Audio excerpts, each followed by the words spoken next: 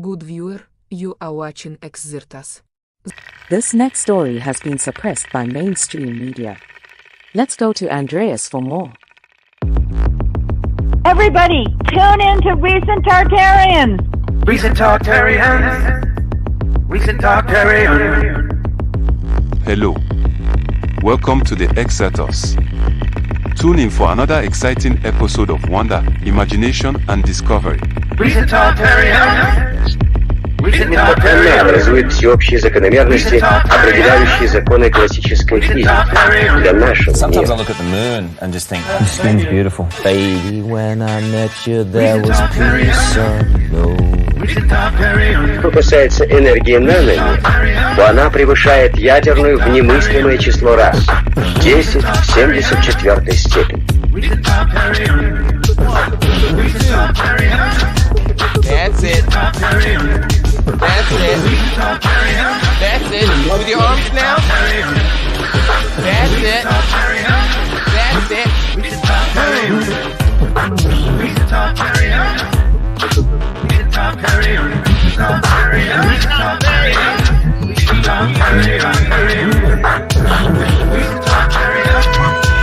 Thank you for watching Xirtus. Keep listening. Remember, if you enjoyed the video, please follow and subscribe and share and support. It really helps. Coming up next, Xirtus. By the way, that's gone. If you didn't record that, that's gone forever. It's gone.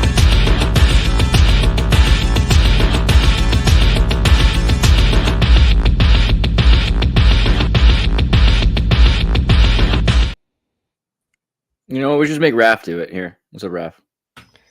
Yo, It's a nice shirt. welcome everyone. Look, it's a nice shirt. Is NEUROPA. Oh, wait, do it again. That was very cool. That was cool. Welcome everybody. This is NEUROPA with Manifestopheles. What's up, Manifestopheles?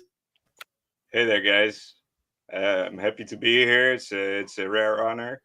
So yeah, I'm looking forward to it. Sweet. What's up? So I'll let Raph do a bit more of an introduction Yes. about your work, but you're gonna have a presentation for us, which is pretty cool. So I'm excited Yes. about that. So Alexander came into contact with me and I guess Nachiketa and some others, as he's also been doing research into history. As you guys know by now, I've been publishing all these David Ewing Jr. interviews and people have been watching your stuff, Andreas, and all of that. And since we now have someone who maybe has a particular interest in one of these strange subgroups, as I said in the talk just before, it seems everyone's a Cossack, but Nosovsky actually has some template for this. But I won't talk too much about it. I'll let Alexander Manifestopheles speak. And yeah, Very let's cool. see where we'll arrive. All right. So so yeah, I'm going to share my screen in a minute. So basically, what the topic for today, at least for my presentation, is about the Arvanites and the Albanians. It's a difficult topic. There are arguments for them being one and the same people. There are arguments for them being different people. There are definitely some differences. But the Arvanites specifically played a big role in the liberation of Greece from the Ottoman Empire, and that's what we're basically going to discuss today. Let me see. Now I need to find. Oh yeah, present the screen. Now I have to share screen with these two monitors. Yeah. Okay, now I have to select the correct one. Sorry about that. I should have prepared that beforehand. That's how they get you. Yeah, exactly. All right, so Here we go. okay, there you go. All right, excellent. Now I need to open the other one. All right, so who are the Arvanites? So we the birthplace of the Arvanites is in Epirus. Is generally considered to be Epirus. Epirus is a region in the northwest of Greece, bordering to Albania. It's actually currently considered to be divided between Greece and Albania. So you have North Epirus allegedly and and Greek Epirus. And Greece has the main claim on the region because in North Epirus in Albania they have allegedly a group of a Greek minority. But anyway, that's a long story.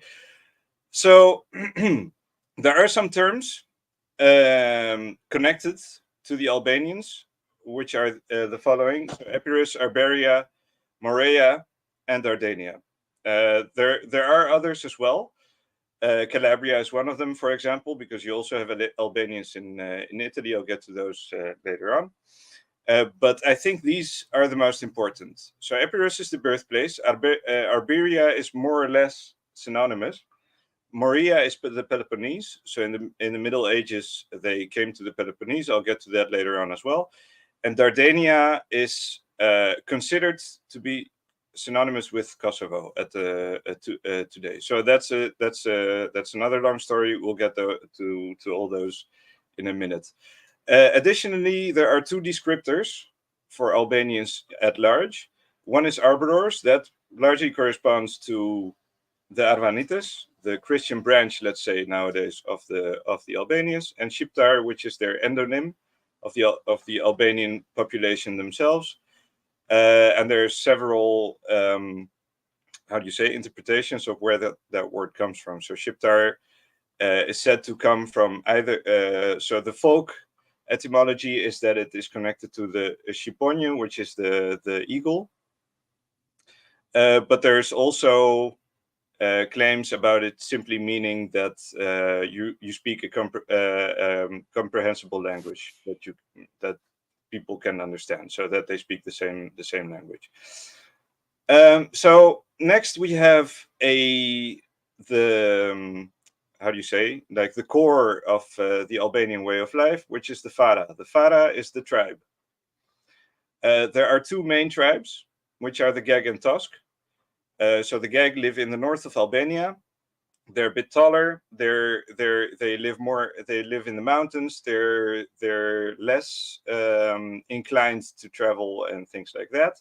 They have a harsher lifestyle and a harsher dialect as well. And they're generally blonde and brachycephalic. There's a tendency for brachycephaly within the Gag population, let's say. While the Tosk, on the other hand, are the southern Albanians. They're mostly urban, not necessarily urban, but they're mostly like in settlements on the mainland rather than in the mountains, let's say. They were historically more preoccupied with travel, trade, and so on. So they were a bit more adventurous. So as a consequence, the Tosk have expanded all over Europe. Well, all over the Mediterranean, I should say. So there are Tosk colonies in Italy, but they also exist in Croatia, in Romania, in all across the Balkan, as well as in Greece. So the Arvanites are considered to be mostly descendants of the Tosk Albanians. The other tribes that I mentioned here are subcategories, mostly of the Tosk. So we have the Cham, the Ljap, and then we have the different names for Arboror, Arberesh, Arbanasi, Arnaut. The Arnauts are the Albanians in Turkey. So that's the Turkish name for Albanians, etc. As the further down the line we go, here the less clear it becomes what the exact Fara is that people come from. There are even in modern day Arvanitica, there are still Gag elements preserved in the language. So it's more of a mixture, and that has to do with their history, which you will get to in a minute as well. As a consequence of their tribal lifestyle, we have a tendency for or let's say a great emphasis in their lifestyle for racial purity. Arvanites are very, they have a great preference, let's say, to marry their own kind and try to preserve their Fara. Oh yeah, I forgot to mention, Fara specifically means the seed. So if you go out in the field to sow the seed for the next harvest, that's the fara, the bag with the seeds. All right. After that, we have so these are the core principles, let's say, of the Albanian lifestyle as well. Those are the Canon. The Canon is the official, the official tribal legislation that existed in Albania for the longest time, since the Middle Ages, and is still being followed in large part in several territories that may be less how do you say, that are further in the outbacks, let's say. More rural. Sorry? More rural. Yeah, more rural societies, exactly. Yeah, something like that. So the Canon. Okay, I have to admit I don't know all the details. I haven't read the Canon myself. It was written by. I'll have to look that up for a second. The Canon.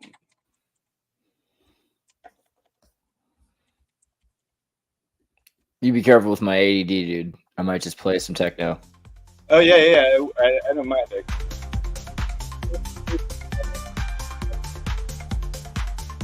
Music. All right, I got it. All right.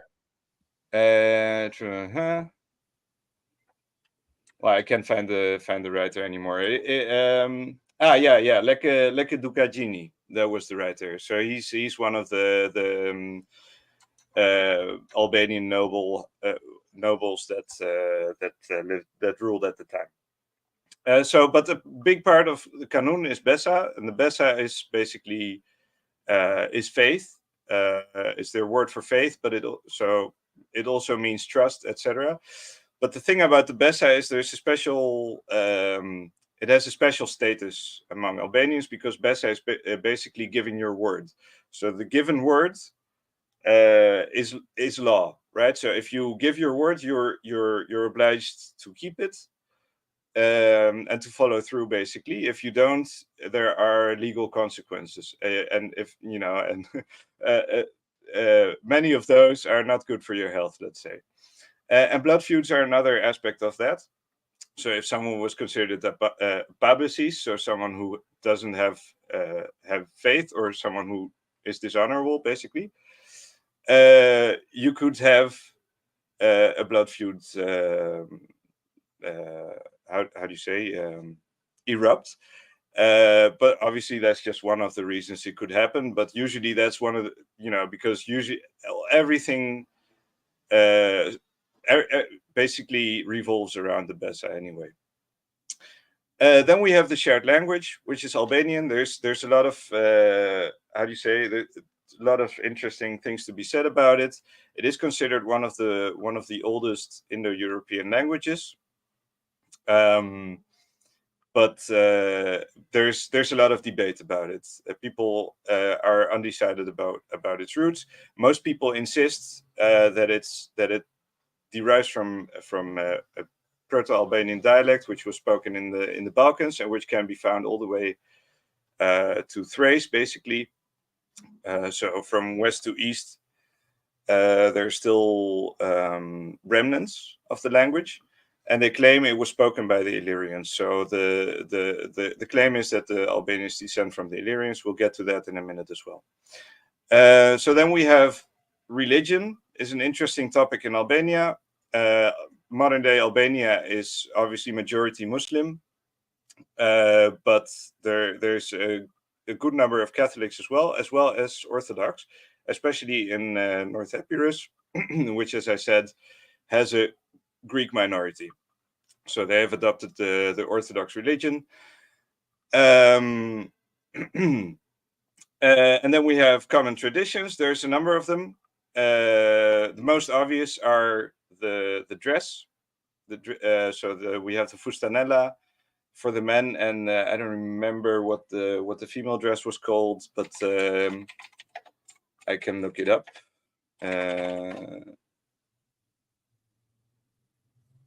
Yeah, I can remember. That will take too long. So that's one aspect. Obviously, we see those dresses all over the Balkans. So it doesn't really. I'm not sure if the claim is that the fustanella is an authentic Albanian costume. The fustanella. Yeah, that's what it's called. It's basically it's a kilt. And it's they're mountaineers as well, so it's actually fitting. They have similar. It's funny because Scotland is also called what was it, Albany, and things like that. So there's a lot of similarities there, but we probably won't get into those today.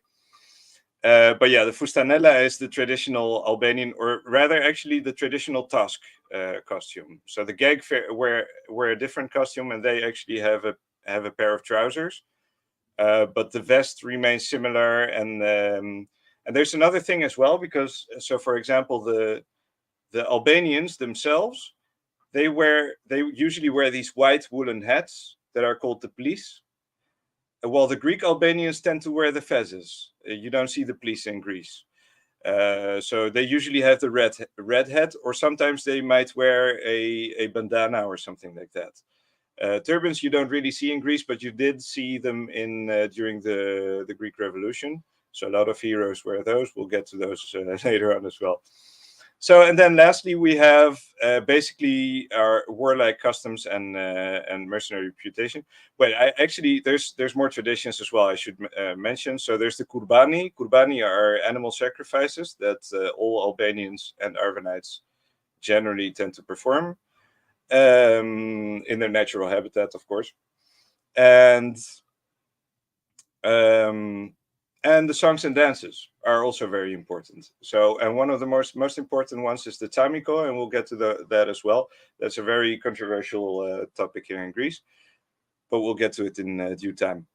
So, as I said, lastly, we have the warlike customs and mercenary reputation. So, Albanians generally and Arvanites have always had the reputation of being a warlike people, and have also worked as mercenaries for various factions. So Arvanites specifically started their career, let's say, as Byzantine mercenaries, according to mainstream history, of course.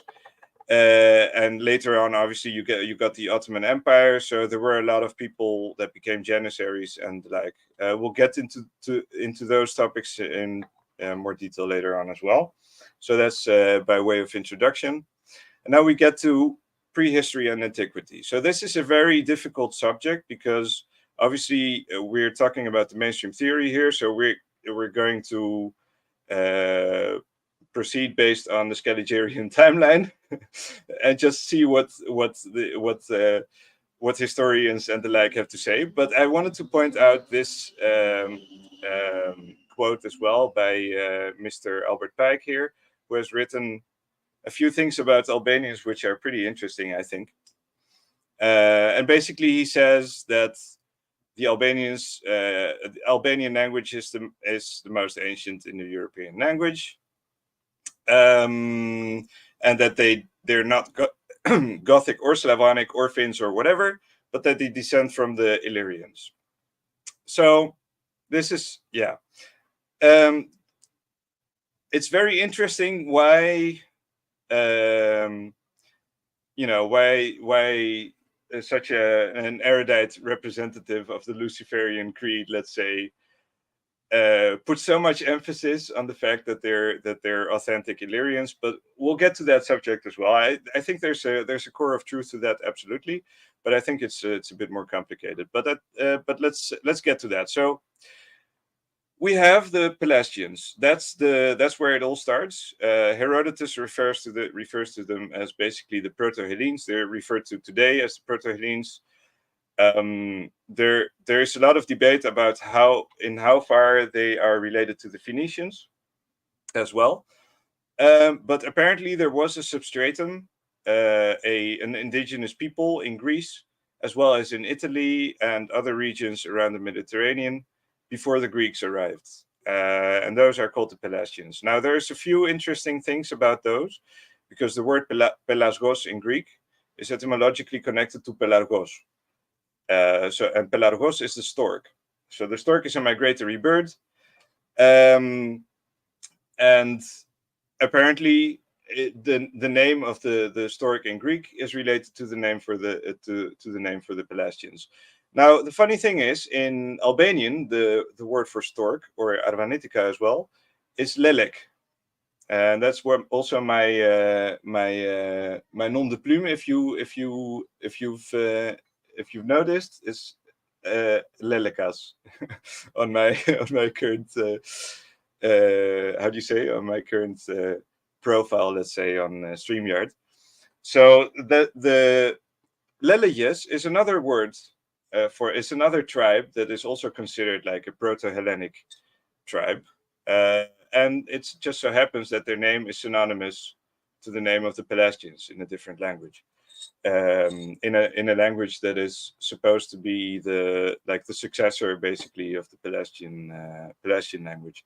So that's one thing. And then we have a number of sub branches, let's say, of the Pelasgians, like the Illyrians and the Dorians, the Etruscans, the Macedonians, the Dardanians, the Thracians, the Dacians, and the Scythians, etc. Well, the Scythians are a different, I shouldn't have mentioned those in the same breath. The Scythians are a different story, but obviously Herodotus also recognizes them as cousins, basically, of the Greeks. So there is definitely some relation there, and the Thracians are said to have descended from the Scythians, and the Thracians, from the Thracians we get a number of toponyms and things that have survived to this day in Romania, and in Romanian they still use Albanian, let's say, words, or basically words with the same roots. And as such, I think we can theorize with some accuracy, let's say, that they're related. So anyway, according to Herodotus, we have the arrival of Cadmus. There are different accounts. So people, on the one hand, people are claiming that Cadmus was a Phoenician. On the other, others are claiming he was Greek, and others are claiming he was Albanian, obviously. But he was born in Epirus, or at least he lived in Epirus, or ruled in Epirus. And there was this whole story that his father, I think it was his father whose name was Phoenix, but I'm not sure. But he sent him on a mission to find Europa. So Europa was abducted by Zeus. We all know the story. He transformed into a bull. He took Europa with him. And, after this event, we named the continent Europa for some reason. So Cadmus went to go look for her. So he went on an odyssey of his own, let's say. He wasn't able to find her. Went back. I think he went to, was it the Oracle of Delphi or Dodona? Well, he went to one oracle or another at any rate, and they told him that he should stop looking for her because he wasn't going to find her, and that there was, he had a different destiny ahead of him, let's say. So he basically came back to Greece at some point with a number of men by his side, who are referred to by Herodotus as Yephirei. Yephireos basically means it's something with bridge. Yephira is the bridge, so you could say the bridge builders, maybe. And I personally, my theory is that the word pontifex is like a translation of that word, and that's where the Pontifex Maximus comes from, both in the case of the Kaiser as well as the Pope. But at any rate, the Yephirei basically, I think, are Hebrews, right? So because that's, basically Hebrews and Phoenicians are kind of the same thing. They had the same alphabet. And they basically provided the basis for the Hellenic alphabet. And that's what Cadmus created. That's what he's known for. The major innovation that the Greeks made with the alphabet was basically the vowels. We got all the how do you say, all the other letters, let's say from the Phoenicians. So where was I going with this? Well, yeah. So Cadmus killed a dragon, and he took his teeth, and he sewed them in the ground, and then from the teeth the Molossians grew, and that's where these tribes come from. And those were the first Greeks, basically. He taught them the language and things like that. That's basically the foundation myth of ancient Greece, abridged. Let's see. Oh yeah. Okay. Then we have so then we have a bunch of connections here, right? The Danaans are interesting in this regard because the Danaans are thought to come from the tribe of Dan. So they're thought to be Hebrews. They came to Greece, basically, and they're also related to the Dardanians. And there's a whole thing because the Albanians, Dardania is a big thing in their worldview. Let's say I'll have to get into that in a minute. Actually, yeah. So because the thing is, there's this whole region above. Where is it?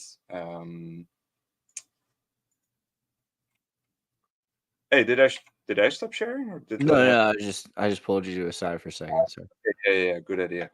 I thought you were visualizing. So yeah, you got this whole region that's called Dardania that was originally called Moesia by the Latins, by the Romans, and it is theorized by modern day Albanian nationalists and theorists and whatever that's the original location of Troy. Because we all know that the Troy what was the German guy who found it in Turkey, that's a fraud. Right. I think we can agree on that. Agreed. Albanians claim that it's in Kosovo, basically. Yeah, So, I think that makes more sense. Yeah, but there's a lot of reasons to think that there might be something to this because, as I said, it was originally called Moesia. Right. Which indicates obviously a connection with Moses, and obviously there's supposed to be a connection between the Dardanians and the Hebrews and the tribe of Dan, actually. So it's a long story, and I'll get back to that because I have that some would be theories really about that. we'd love to think about that a bit because that'd be interesting to connect like Mostar and Kosovo. I mean, all right, I'll let you keep going. Yeah. Good. Yeah, that's towards the end, so I hope we'll get I'll there. hold it back. But yeah. But then we have Alexander the Great. He's a big topic as well because he's basically contested by 3 countries at the moment. We have North Macedonia, we have Greece, and we have Albania. And obviously, Alexander the Great was a Macedonian. There are some cultural differences that indicate that he wasn't exactly Greek. There was because, for example, the Macedonians rode on horses while the Greeks still used chariots. That's one thing that the Macedonians got from the Scythians or whatever. So they had different customs in some regards. They obviously had a lot in common, and but the same goes for the Thracians and the Illyrians as well. They all, I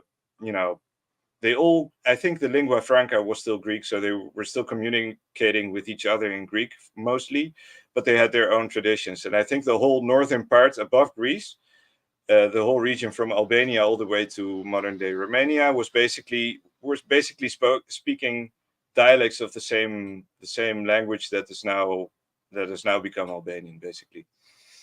So yeah, and then we get the Roman Empire, and the Roman Empire is pretty interesting too because it seems to be pretty. I mean, it is invested in Albania because we've got the Ignatian road that goes through Albania, through Greece. Totally, and then, like the Muslims and the Christians are exactly want money out of that. Yeah, exactly. So, and the Albanians, their role, like throughout history, was protecting that road as well. Totally. That stretch. Yeah, which is why which is interesting because a lot of people in the Muslim regions weren't allowed even to convert to Islam at a certain point because they wanted to collect taxes on them. So they had to. But Albanians, there's a certain class of Albanians that were converted and others that weren't. So I mean that's a unique circumstance as well, which is very similar to Bosnia.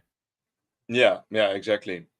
So So yeah, that's we'll get more into the Roman Empire in a minute as well. So okay, so here we have a map of the Greek Albanian villages. This is honestly just scratching the surface. These are, as you can see, this is Morea, this is Peloponnesos, and then we have Attica here and Evia. So these are the most dominant areas. You can see that Attica, which is where Athens is you could almost say it's even more dominant than the Peloponnese, which is considered like a big Arvanite stronghold, let's say, since the Middle Ages. And but at least you can get an idea. You know, there's so many places where they spoke this language. But yeah, we'll get to that later on as well. But here's the kicker. So apparently there are root words in Greek that are similar to Albanian or to Arvanitica. Depends on who you ask. It's still the same language, in my opinion. Objectively, it's the same language. So this and specifically, we find those words in the Homeric epics, right? So we have, let's say, one of the most famous examples, I'd say, is the word dris. Dris is the oak, right? And that's connected to dru in Albanian, or dru, and obviously to druid in Gaelic, right? To the druids. But there are many more examples as well. So let's say the mind, right? Medome. And obviously that's connected to the mentor, like for example in Latin, and so on. There's a lot of examples. Dromos, so the road is oudos. Nowadays it's odos in modern Greek, or dromos, and so on. So yeah, just some examples. It gets pretty abstract on that front. So yeah. So then we have Byzantium and Illyricum. So I should probably have included Rome as well, but it's basically the same history in large part. But the thing is, like in the Byzantine era, the entirety of Greece, for the most part, including a large part of the I should say the entirety of the Balkans, was called the Illyrian Peninsula. Now, obviously, there's a lot of debate of what that means. Were they all Albanians? Well, maybe, probably not, but majority. I mean, does that mean that they had like a how do you say, an association with the area, with that particular people, maybe? So yeah. At any rate, there are some interesting topics. Sorry.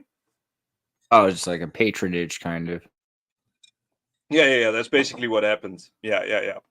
Because Illyricum was basically a Roman province, one of the provinces, and that was basically the entirety of Greece, including a large part of the Balkans. So yeah, at any rate, there are some interesting things to discuss about Byzantium. So there were, especially in the early years, there were a lot of tensions between the Romans and the pagan Greeks, the Christian Romans and the pagan Greeks. Allegedly, there were a lot of temples vandalized, and scriptures were destroyed and things like that. And Greek paganism was what's the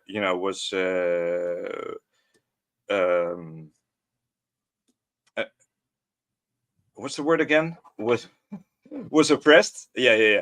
Was oppressed and things like that. So yeah, it's kind of a weird story there, because in the meanwhile, Greek was the official language of the Byzantine Empire. So it's kind of strange how they view the Greeks, the Hellenes. They viewed them as a different people.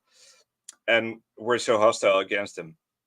Obviously, that changed with the years. So at some point, there was I don't remember who it was, but there was an emperor who started showing an interest in Hellenic culture, allegedly, and brought it all back. And I'm not sure if he was or wasn't the emperor who instituted the Greek language as the official language of the Roman Empire at the time, but at any rate, he made Greek philology and philosophy popular again, and all that stuff, so people could advance scientifically and things like that. So we weren't living in the Dark Ages anymore. So yeah, that's all very, very nice. But yeah, in the meantime, we have the main story about the descent of the Arvanites in Greece. The official story is that they came in the 14th century. And that they were invited by the Byzantines to occupy the lands, to protect them, and to cultivate them. But even that is disputed, because there are indications that they may have come in the 11th century or maybe even earlier. While at the same time, there are people, as I've showed here, that claim that they've always been here, basically. So yeah, it's a bit of a strange story. But we have, for example, Leon Skouros, who was a Greek knight, but there are claims that he was Albanian or that he was Arvanites, and he ruled in Morea. He ruled in Nafplio specifically, and Nafplio has a big reputation for being an Arvanite city. It's one of the most famous, you could say, if there's such a thing as a famous Arvanite city, it has to be Nafplio. That's obviously assuming that you're talking to someone who knows what the Arvanites are and everything like that. But anyway, he ruled there, and there was a whole story. He fought the Frankish Crusaders and stuff, and before he got defeated, he jumped off a cliff with his horse and all that stuff. Yeah. But anyway, he was there from the 11th century. And his name, like the Skouros dynasty, is one of the famous Albanian dynasties as well. So because of that, there seems to be a relation, which indicates that the Arvanites had been in Morea earlier. Obviously, this is just one indication of change in the timeline, but I think there are way more that we can get into. And then we have the Akrites. I just want to interject, because if you think about, a lot of people don't get to choose. You're baptized as a baby at this point, especially, and so all of a sudden you're taxed because the amount of people in your village. That's how many people have to pay taxes to that church, right? Yeah. Or if you're in a village that the Janissaries are collecting, so they're taking kids to be soldiers for the caliphate. So it's kind of interesting, this intersection, and that a lot of these are happening in the same place on top of each other. So that these, yeah, I completely agree. And it gets crazier. But we'll have to get back to the shrinking of the timeline later on, because there's a lot of stuff I need to cover. But yeah, so we have the Akrites. I don't know if you've heard of those. Those are pretty famous generally, you could say. The Akrites were the Byzantine border guard. So they were employed on the easternmost border of Anatolia, and on the western and northernmost border of Greece, as well as in other areas like the southernmost borders of the Peloponnese, and in Crete maybe, and other places like that. And they were considered to be heroes. So there are songs written about them. And the most famous one is the Yanis Akritas, and his name is a portmanteau, actually. So his name is actually the Digenes, or the Digenes, or whatever. Digenes Akritas. Exactly. Yeah. So okay. he comes from two bloodlines. So the story is that he's half Greek, half Saracen or something, and that he had a giant posture. And it's also funny that he fought giant Saracens. They were giants. So there's a whole Yeah, so it's like is hook this dude in that named regard is as this well. dude named Basil, and he fights the two blood border lord. I mean, what could that be? Alluding to his Greek and Arabic blood, you know, the two blood border lord. Yeah, exactly. Yeah, and so, but that seemed to have been a thing in the Roman Empire, that they had these tribes that they put on their borders to protect them, basically. And the Arvanites were there. Are theories, let's say, that the Arvanites were part of that. Let's say, if not, they were the Akrites themselves. So there we have. Kostas Biris, he's written a famous book about the Arvanites, and he makes claims like this as well. So, for example, the Sulyots, we'll get to those in a minute as well. Those were border guards in the northwest in Epirus, in the mountains of Epirus, and things like that. So there are connections there with the Akrites as well. Now, then we have the dynasty of the Paleologi. The Paleologi is also interesting because the name Paleologos just means it's basically means the same as archaeologist, but then instead of instead of archaic, it's just old. So he who studies the old things, I guess. So the dynasty of the Paleologoi, they were basically the last dynasty of Byzantine emperors, basically. During the fall of Constantinople. And they were famous for employing a large number of Arvanite mercenaries, especially during their last stand in Mistra, which is also in Morea, where they fought the Ottomans and this and that. And there are the big, they have the big castles of Mistra, which were allegedly occupied by the Byzantines at the time with their Arvanite guard. So yeah, there's a whole thing there as well. So they have a special relationship with the Byzantines. They are considered Roman citizens. They are considered Romans, Romyi, right? That's the word that the Greeks use for that, nationality, let's say.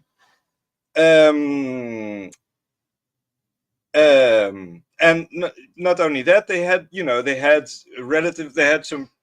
pretty a pretty privileged status even within the Byzantine Empire, relatively speaking.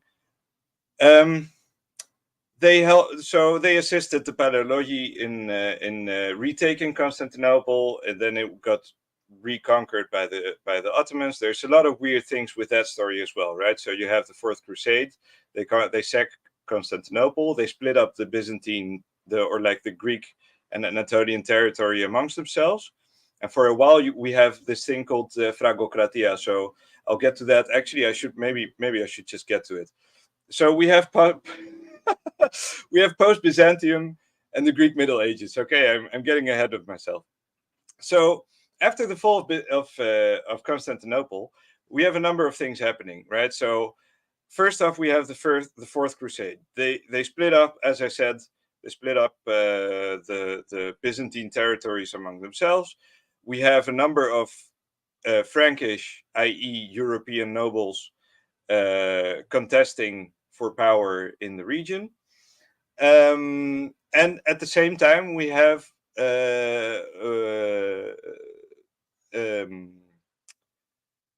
let's see. Well, now I'm getting confused myself. Well, anyway, I think I confused. I think the order should be different here. So the Skanderbeg is later on, because that's after the Ottoman invasion. So we have the Kingdom of Albania. Let me just check, because now I'm getting, because the thing is that these two entities. I think I have a picture. No, it's I'll get there in two more slides. Kingdom of Albania. So we have two kingdoms, right? We have the Kingdom of Albania and the Principality of Albania. Yeah, no, I was right. So the order needs to be reversed. Principality of Arvanite. Okay, no. It is correct. It is actually correct. Okay. But the Stratioti still need to move. Okay, well, at any rate. Okay, sorry for that. We have the Fourth Crusade. They how do you say it? Constantinople is temporarily sacked. We have an era of Fragocratia. So we have a number of Venetian, Frankish, Genoese, and what was the other one? And what are they called? The the not the Spaniards, the other guys that are in Spain, the minority, let's say, the Catalonians, I think, the Catalans. Yeah. So the Catalans are a big problem in Greece for some reason, and they're also described as giants and stuff, and there's a whole thing with them. So everybody hated them, especially the Arvanites. But yeah, that's because they were also mercenaries, so they were like our rivals. Anyway,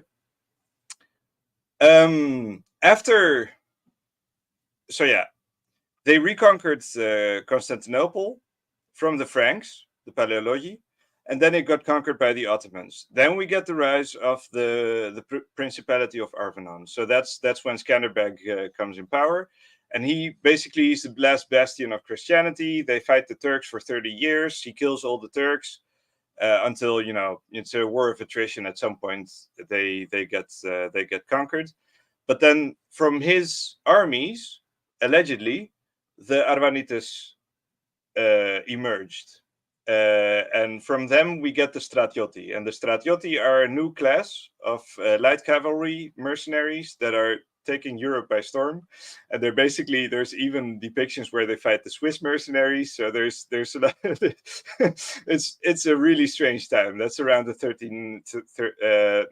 around the 15th century, I think. So there's a lot of things happening in between. We had the Albanian Kingdom of Albania as well, where we had a Frankish king for a while. Let's see, what was it again? Kingdom of Albania, Anjou. He was from the House of Anjou. I don't remember what. Charles of Anjou. Yeah, he was the king of Albania for a while, and that fell too. And then they spread out basically across the area, and mostly settled in either Italy or Greece. So a lot of them fled to Calabria, fled for the Ottomans, that is. So as you can tell, the whole medieval era in Greece is very murky, right? It's very hard to get a grip on what's happening actually in this era. I'm still trying to I'm still trying to get a grasp on it, let's say. But what we see, for example, right, this is a cadre of Arvanite Stratioti. And this is prior to the Ottoman occupation, allegedly. And we already can see the crescent on their flag. So there's some weird things happening in these, in these depictions and things like that. And also these hats, I don't know. There's something about these guys. But yeah, anyway. But they were allegedly, so the Stratioti are very interesting as well, because they were often employed by the Venetians. They were often referred to as either Albanese or Greci. So those terms at those times were synonymous. And so in that time, basically, the Albanians and Greeks apparently didn't distinguish among themselves. But what we do know is that they came from both Morea and Epirus. So we had the Albanese were in Epirus, and the Greci were in Morea. So yeah, we have Skanderbeg's arms. I just wanted to show these. Those are pretty interesting because there are connections. Obviously, because Albania is a majority Muslim country, there are connections theorizing, claiming that Skanderbeg is connected to Dhul Qarnayn from the Quran. And obviously he has a hornet helmet. These are clearly reconstructions. So the originals don't exist. So we have no idea what they might have actually looked like. But this is what we get from the depictions and things. And I think the helmet looks pretty badass. So, I have nothing against it. Yeah, wild, like goat head straight on. Yeah, right. Samson, yeah, I mean, there's Samson took a goat head and like killed a bunch of people with it.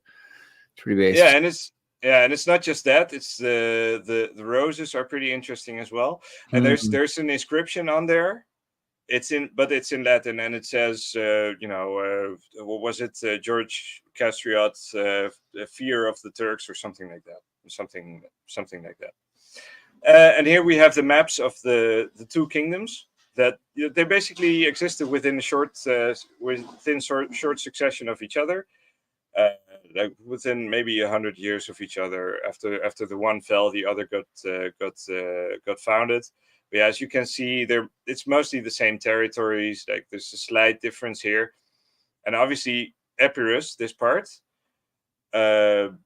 is contested territory anyway. So it might as well be part, but be part of, like saying it's part of it or not. That doesn't really make a difference. But the thing is, this area here, I think it was this area specifically. Is what's known as Arbaria, and that's where the term Arboror comes from, which is the endonym of the Arvanites themselves. That's how they call themselves, Arboror.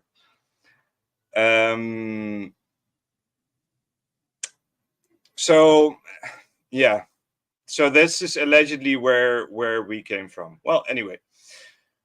Then we have the Albanian noble families. There's quite a number of them. As you can see, they have medieval coats of arms. They're very, they're an interesting bunch because there's a lot of names here that you can tell they're either, they're a mix of Greek and Albanian names, right? So we have the Kalogeri. Kalogeri means the monk. We have the Skura. That's the family I mentioned earlier. Leon Skouros is from the Skuro family, allegedly. We have the Angeli in Greek, or Angeli, in Albanian.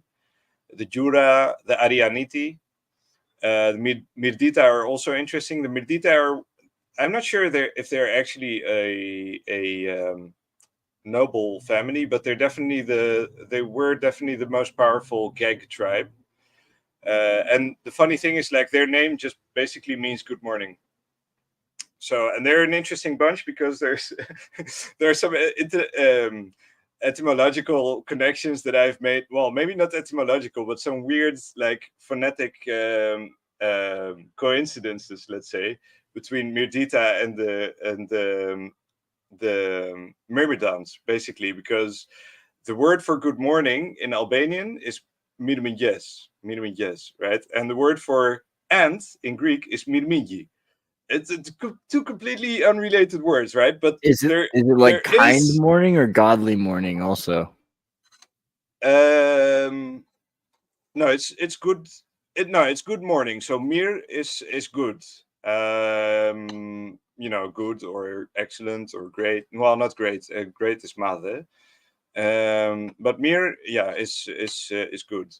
And yes is just morning. So I guess mir is like peaceful, maybe like peaceful etymologically.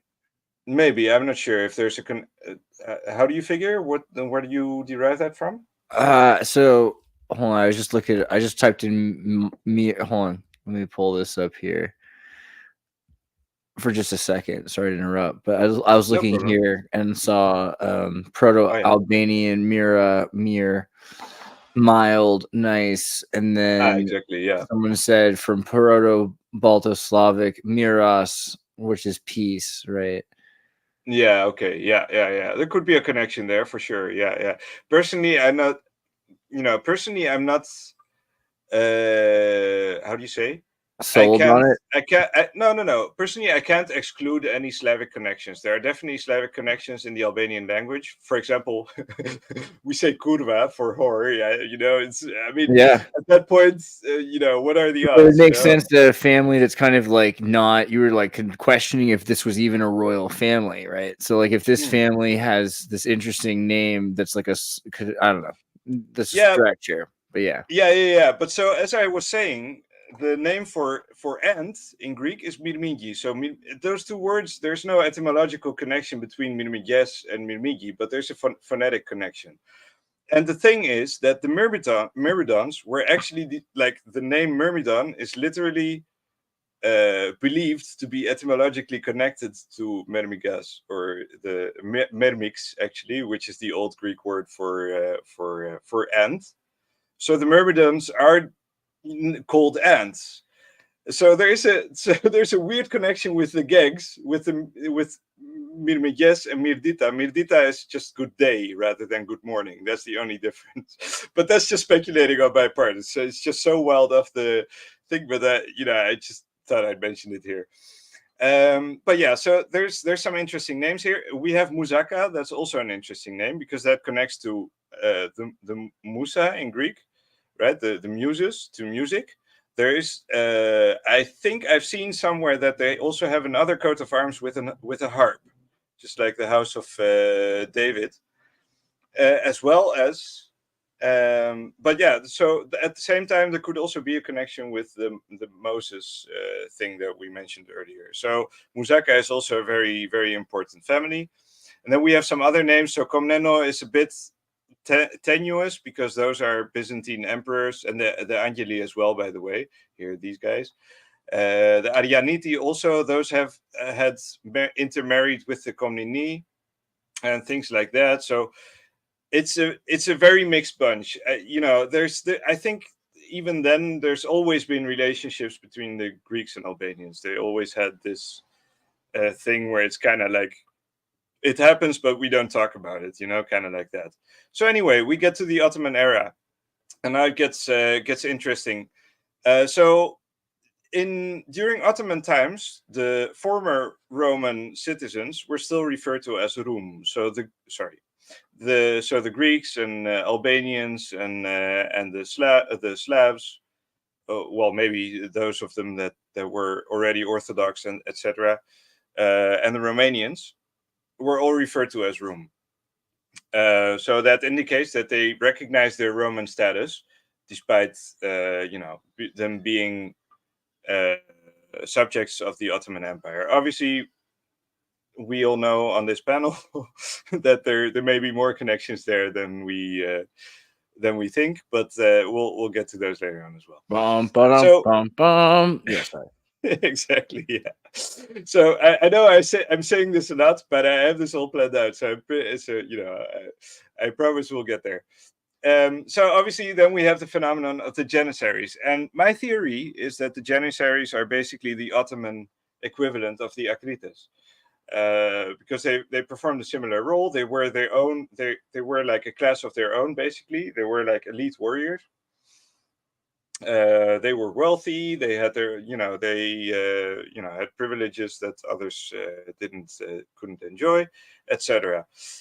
Now, the thing about them was that at some point, I forget when it was exactly, but I can look that up as well. But at some point, a particular sect of Sufi Islam became dominant among the Janissaries, and it's called the Bektashi order. So the Bektashi order was founded, let's see, as Sufi movement. When was it? 15th century, somewhere around, somewhere around there. So my theory is that the fustanella, the dress of the Albanians and Arvanites, actually derives from the Sufi skirt. And that, I think that makes sense because they also dance a lot, and the dances also have like a ritual aspect to them, you could say, and so on. There's a lot of connections there, and there's there's also a reason why the Greek Arvanites are wearing the fez all the time, and I think that's because most of them used to be janissaries. So I think that tradition just carried on even after they kind of split off of the Ottoman Empire, let's say.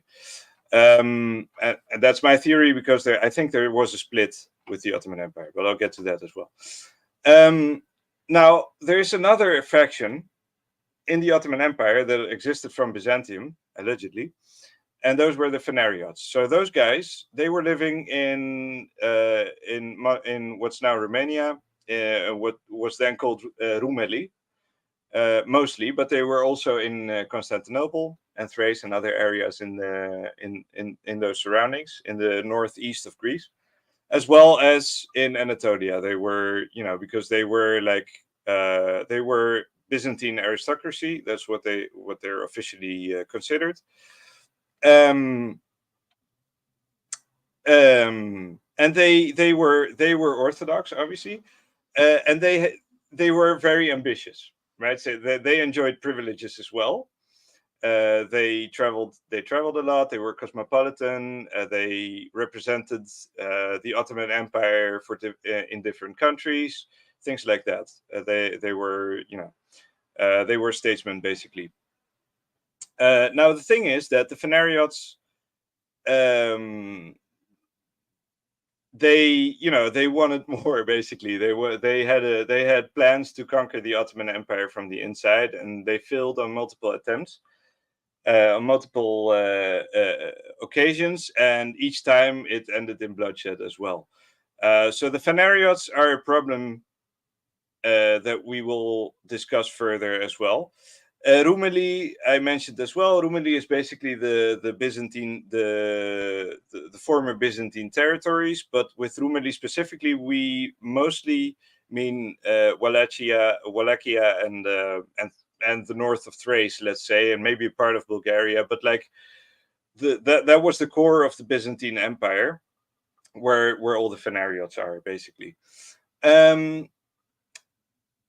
then we have the Orthodox Albanians. So this is an interesting topic, because obviously the mainstream theory is that they were Orthodox since the Middle Ages, and that was the original religion.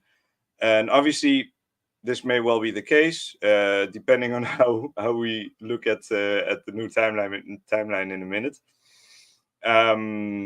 But at any rate, the point I'm trying to make here is that the Orthodox faith is what distanced the Arvanites from the Albanians, and what created enmity between them, and what led them to identify as Greeks later on. And that's so hence the new Greco-Arvanite identity. There's another aspect to this as well, which I'll have to touch upon. I don't know, I think I'll do that in a minute as well, because yeah. So then we get to the Greek Revolution. So this is another very tough subject, because there, basically, there, as I said, there were several attempts, several revolts organized by the Greeks against the Ottomans. And there's a lot of debate about what actually made those happen, what actually caused the revolution to happen, and why it succeeded in the end. So some historical context. We'll get to the major players in a moment, because I have some slides prepared for those. Obviously, part of it was probably the tax that Christians had to pay.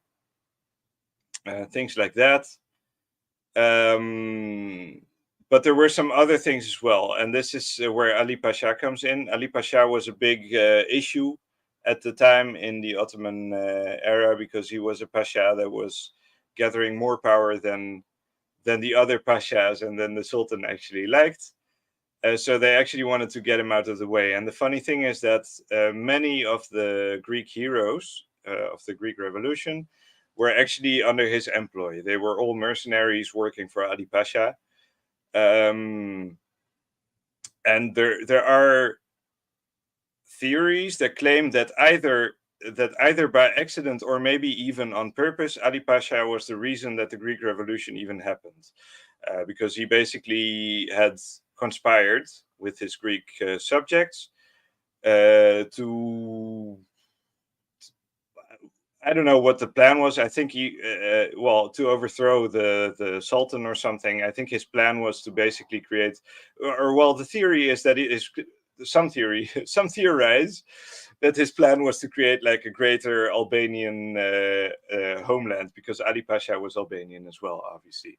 Ali Pasha Tepelena was his name. So anyway, we'll talk about, we have the Sulyots, as I mentioned earlier. Those were the Epirat Akrites, let's say. We had other of those pharaohs as well, the Himariotes, the Idrei from Hydra, the island of Hydra. Those were like seafaring Albanians. We have the Magnates are different. They say they're of a different stock, not Albanian, but they're definitely important in this whole story. And so on. We have different tribes that all have their, that all did their part, let's say, in the battle. I think I jumped a thing here. Okay, so this is very revealing, right? So the whole thing is the other part of the Greek Revolution, right? So one part was Ali Pasha. Ali Pasha basically ignited the flame, let's say. The other part is the Filikiateria, and that connects to the Fanariotes and to Kapodistrias, who will enter the game later on, and to Freemasonry. So the Filikiateria was an organization that was founded in Russia, and I think the first director, let's say, was Kapodistrias, but I think that changed later on. He didn't stay long because he was busy with other things. But the point is that this organization was basically created to combat Islam in Europe and to basically destroy the Ottoman Empire. And that, I think that was the actual stated purpose of the Filikiateria, rather than what they claim it is. But the whole organization of it was a pseudo-Masonic structure, let's say. So I could probably show some pictures as well. But basically they had these initiations. You had to take some oaths. And then you had these stages that you could climb in, and you could gain access to additional information, let's say. So it was basically a secret organization, as well as an intelligence operation in Greece. And they were secretly contacting military people and intellectuals and the priesthood and things like that, and initiating them into their ranks, and basically fermenting a sentiment of Greek nationalism and things like that. So my theory is that there is a connection here with the Jesuits, and obviously with Freemasonry, because they use similar rites. So, and those were obviously, as I said, set up by the Fanariots, and there's a lot of connections there that I'll get back to later on. So then there's another aspect. We have the Philhellenes, and those are foreigners, be they Franks or Brits or Germans or whatever, that sympathize with the Greek cause and come to assist Greece and send money and write poetry and make paintings and propagandize about the Greek cause, both in Greece and abroad. And those were also a problem, because they had a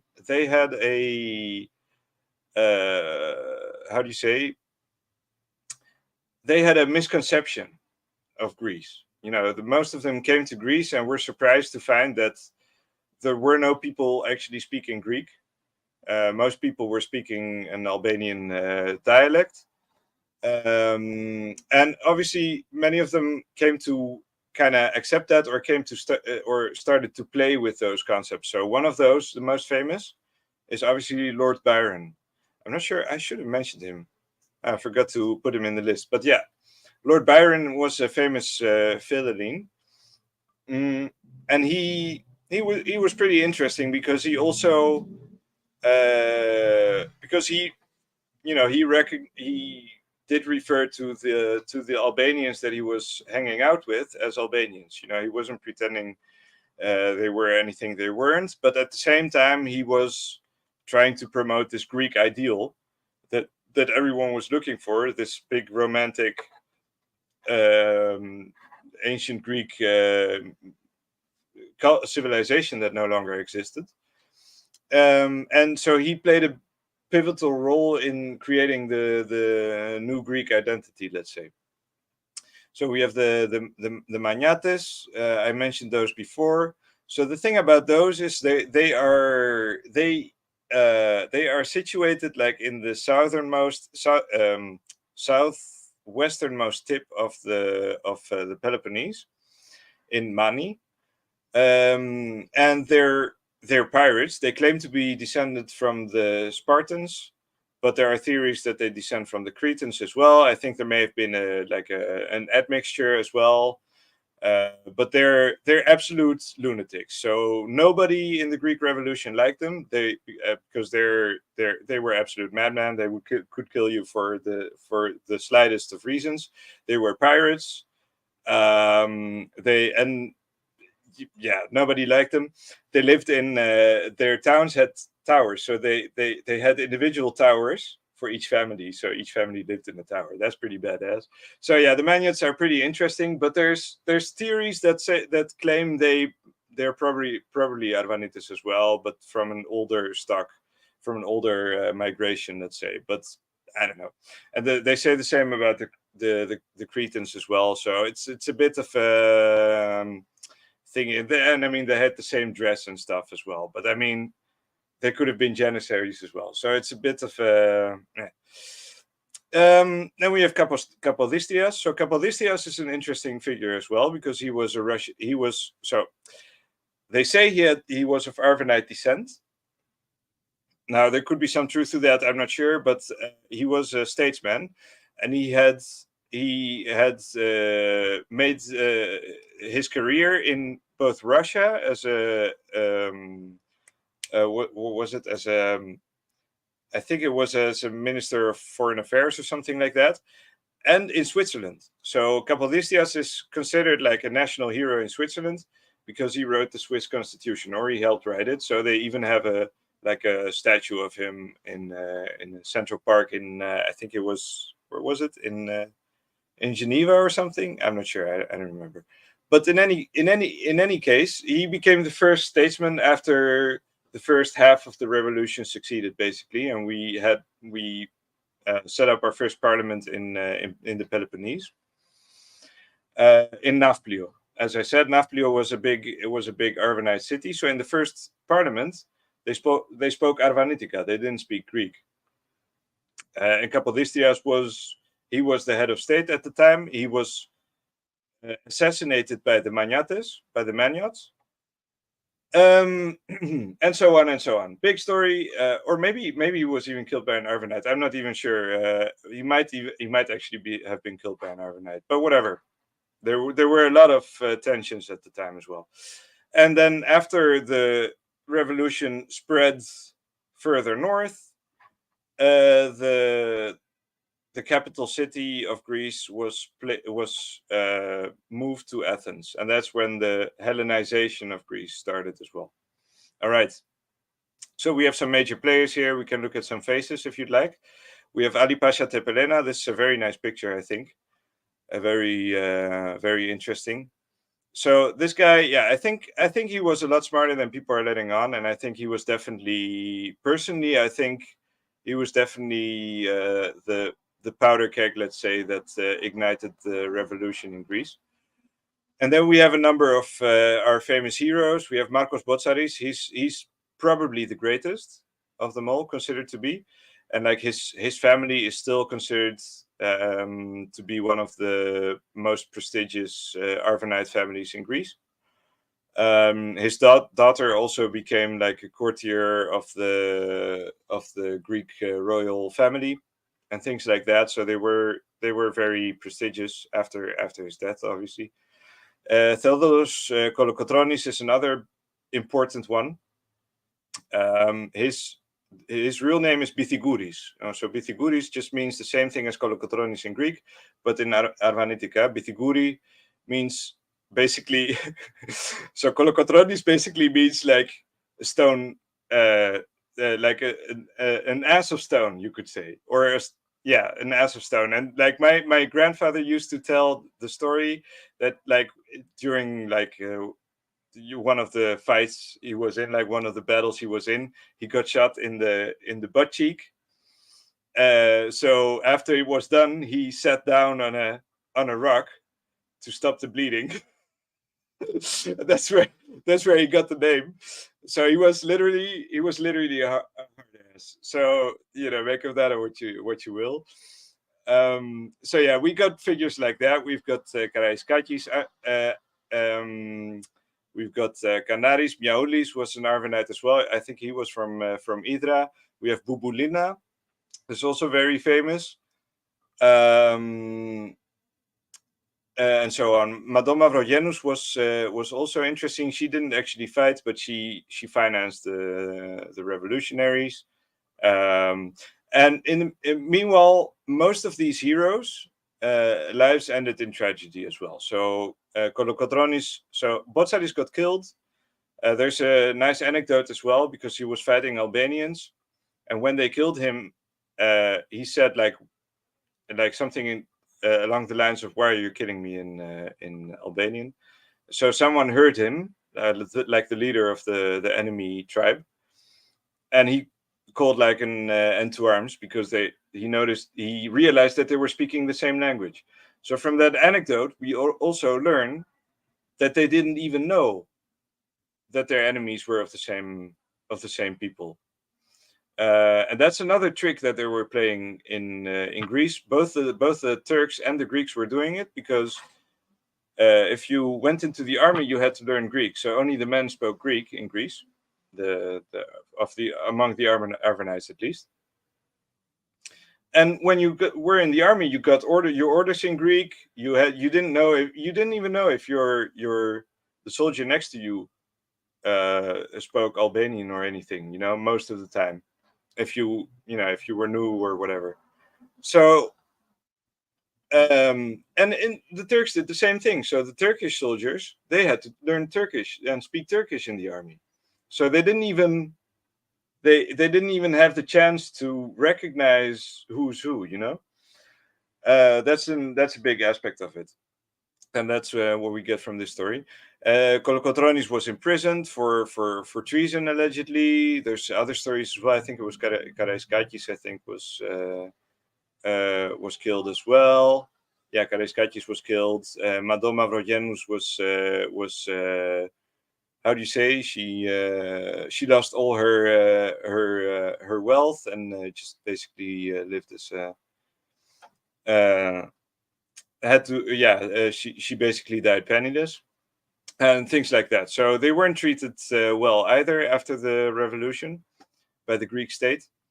And that's a big subject of debate as well. But anyway. See, I did mention Byron. I did actually think about it, but I hadn't remembered. So yeah, there's another thing as well. We have the Orlov Revolt. That's so that was before the revolution even started. We had one of the revolts that took place was the Orlov Revolt, which took place in 1770, which is also a pretty auspicious year, you could say. And that was organized by the Russians. Wait, let me see if I can find it. Revolts.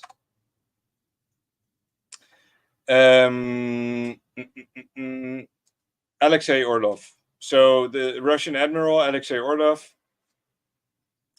I don't know exactly how it happened, but the point was that the Russians made an attempt to basically consolidate their power in the Balkans, based on the Orthodox Christian faith, and they went to war with Turkey. I'm not sure if it was a it was part of the Russo-Turkish war, so that was a thing as well. So in that attempt, they accidentally staged like a first version, let's say, or a first attempt at a Greek revolt, let's say. Now, that also ended in tragedy, but I think there's more to that story as well. I think the Phanariots were definitely involved, but yeah, we can only speculate at this point. There are some. I mean, you can look it up on Wikipedia. I'm not entirely clear on the entire story. It's pretty complicated, but yeah, whatever. So anyway, we have the foreign powers that are playing a big role in trying to train the Greek armies and things like that. They also make a big mess of things because they try to go to war like in a European fashion with like infantry and like going head to head. While the Arvanites are basically like rangers. They sit in the mountains. They set traps. And they basically fight a guerrilla war. So they had a different fighting style, and they were obviously in the minority usually, or they were usually outnumbered. That's what I'm trying to say. So yeah, okay, I've repeated all these. I think we can skip this. So we have Kapodistrias. He becomes the first head of state. He mints the first Greek coin. So that's also interesting because it's the phoenix. Right, we have the phoenix here, and we have the cross, and then we have the Star of David on top, and we have this weird inscription here, which is unknown what it exactly means. So Alka, I don't know what that means. I think it's like something like Alpha and Omega, and then Kas. I don't know what that means. I think so. Ka is the soul in Demotic part of the Egyptian like 3-part soul. Yeah, exactly. So that might be it.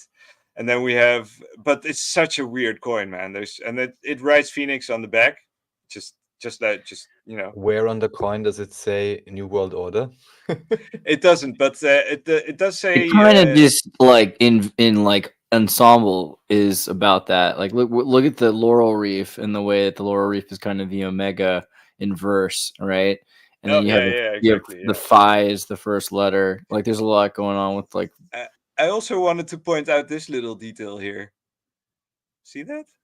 Wow. Not only is it an infinity or a Santa Cruz S, it's also kind of like that weird little what's that thing that Elon Musk has? That little Tibetan thing. Yeah, the Vajra, exactly. Yeah. Yeah. That's what I figured too. Exactly. Yeah. There you go. Kind of thing, yeah. Isn't that crazy? Why is that on there? What the hell? All right, so yeah. Because but yeah, so the thing is, like Kapodistrias, as I said, right? He worked in Russia. He was a statesman in Russia. There was, he had crazy power, actually, if you think about it. And he wrote the Swiss Constitution.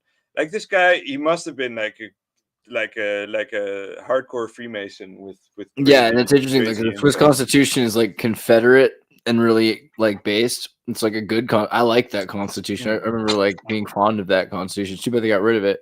But yeah. Yeah. But yeah. So and then after he died, we got our first king and queen. Now they're pretty interesting too of their own. I don't remember the family name. Let me just check. Otto of Greece.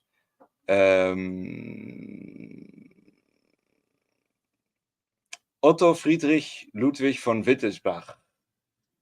That was his name, and his wife was Queen Amalia. At any rate, I think she was from a different.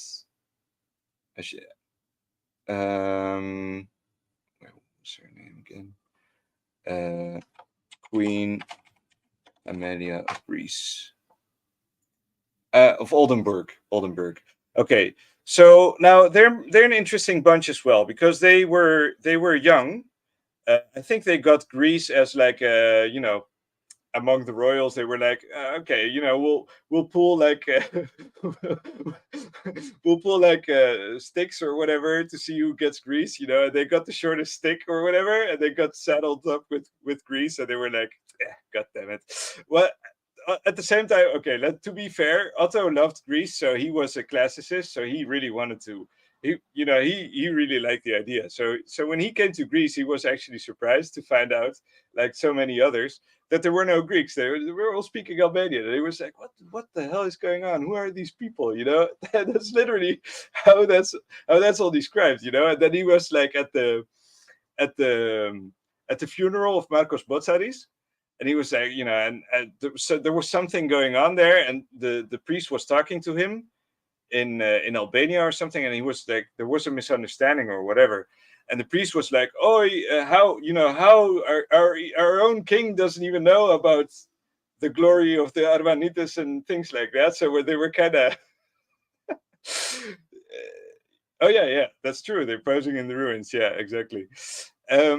So that was kind of a weird episode, but the thing is, what I find interesting about these two is that they actually came to like the Arvanites. They actually came to like the local population, and as you can see, they started dressing like them. King Otto started wearing the fustanella, and Queen Amalia even created her own outfit based on the Greek fustanella, but for women. So, and we still have it today. We call it the Amalia costume, Amalia dress. And it's actually very pretty. As you can see, she has a similar vest as the men would have, with the kind of like the corset, like silhouette. But then with the European dress underneath, it's very tasteful, I think. And the fez, I think it's a very, very cute touch. And there's another one, like Marcos Botzaris' daughter has a very famous portrait. And she wears a dress like that as well. Let's see if I can find it, but I'll have to change the screen for a second there to show you the image. Wait. Do you know, Manifestopheles, to what extent like those individuals were involved in already reinvigorating what we would now consider to be classical Greek culture or Hellenism or something? Or can you who now? That? Well, those you just showed, basically, or whoever's posing in the ruins, and because you said they are classicist, and I was like, yeah, what does that mean? Yeah. Well, I think they definitely played a role in trying to promote that to some degree, but we weren't that far. That this is still in the 1830s or so. So this is very, very early. That's just fresh off the revolution. Just because so of course it would make sense they put somebody there who is so interested and maybe strangely knows things about the classical period that no locals know, right? So just in terms of how you set it up earlier with the Freemason and all of that, would just make sense that I put someone on top who's of course going to teach them the new history, basically. Yeah, but that's not. I don't think that's what King Otto did. He was because he was pretty naive. There's no indication in the Greek, like in the history that we have, which I think in that regard we can safely assume that it is true, because it's pretty recent, and it's it describes him fairly objectively, because he was both liked and disliked by the people. There were aspects of and parts of the population that disliked him, and others that liked him a lot. And but at the same time, for example, Queen Amalia was very much beloved by everyone in Greece. And still today we have like the Queen's Garden, and right next to the parliamentary building in Athens, which is very nice. It's still very, very well preserved. So just in terms of history, I mean, also here they talk about, the beautiful history of the Austrian royal family, and technically their descendants would still be running around. I have never seen them do anything useful, actually, especially the Habsburgs were involved in the pan-Europa movement and all of that, and many very strange things. but still now, they play Sound of Music or whatever, and everyone is like, oh my God, Sisi, this and that. So I just want to say, because now they're telling everyone that they were beloved, that doesn't necessarily mean no, I think too much credence. yeah, of this. okay, Maybe there is, but maybe yeah. Someone who still knew. Well, this is too long ago. Probably this is the same issue we all have. Exactly. No, but I think in this case, because they're at the same time, because Greece never had a good relation with its royalty either. And I think I'm not even sure if there's any other country that has done this other than France, maybe. But France is an extreme example. But we've had two royal houses, and we've expelled both of them. We just at some point, and I'll get to that story in a minute as well. But we expelled these guys who never did anything wrong. They were just there. They were actually trying to understand the people and come to terms with them, and actually, they were actually trying to recognize them for who they are. And I think they were actually trying to do some good.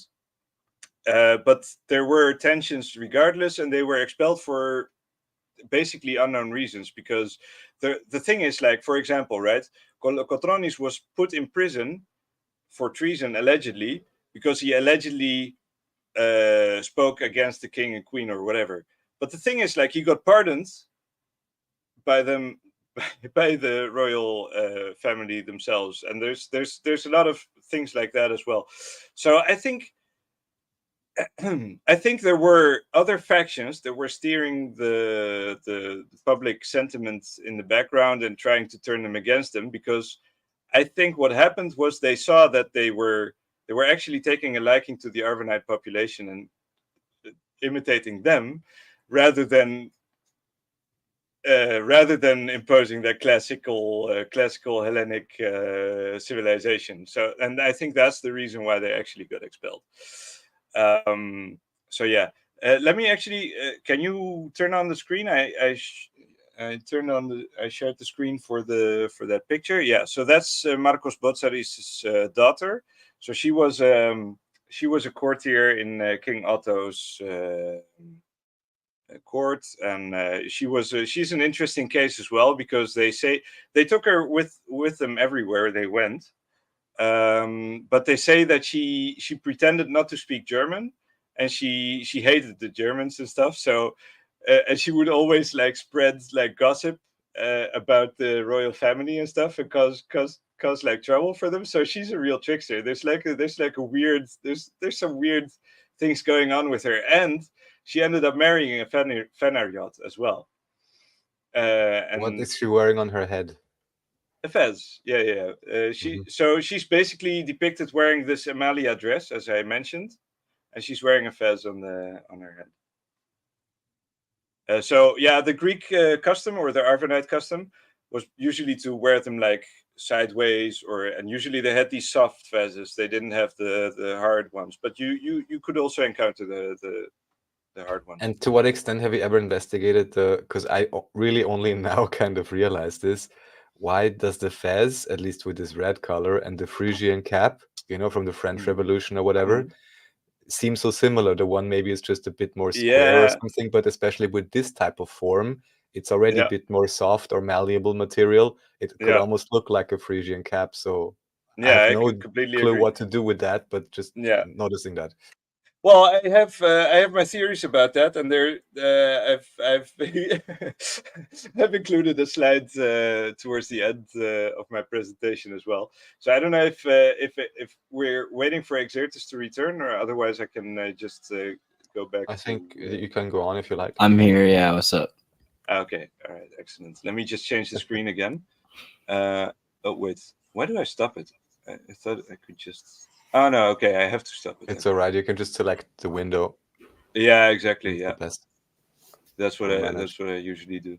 All right, there you go. Okay, so yeah, so far you did catch about the expulsion of the royal family, Andreas? Yes. Yeah. All right. Excellent. All right. Okay. So now next we get the second phase, let's say, which coincides with the second royal family that we get, which are the Glücksburgs. And we get the Megali Idea. So this is a big thing.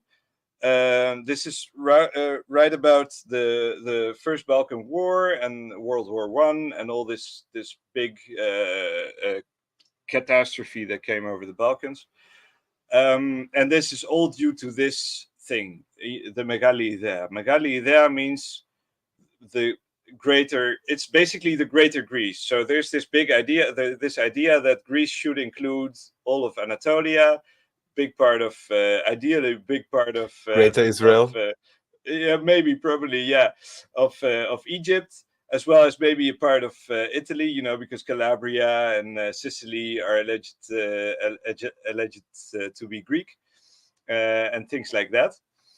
And so we get our second king, Constantine I of the Glücksburgs, and we actually, like, we put him through the ringer, dude. Like, this guy, he couldn't catch a break. Like, they demanded, like, the Greeks demanded of their king to conquer Constantinople.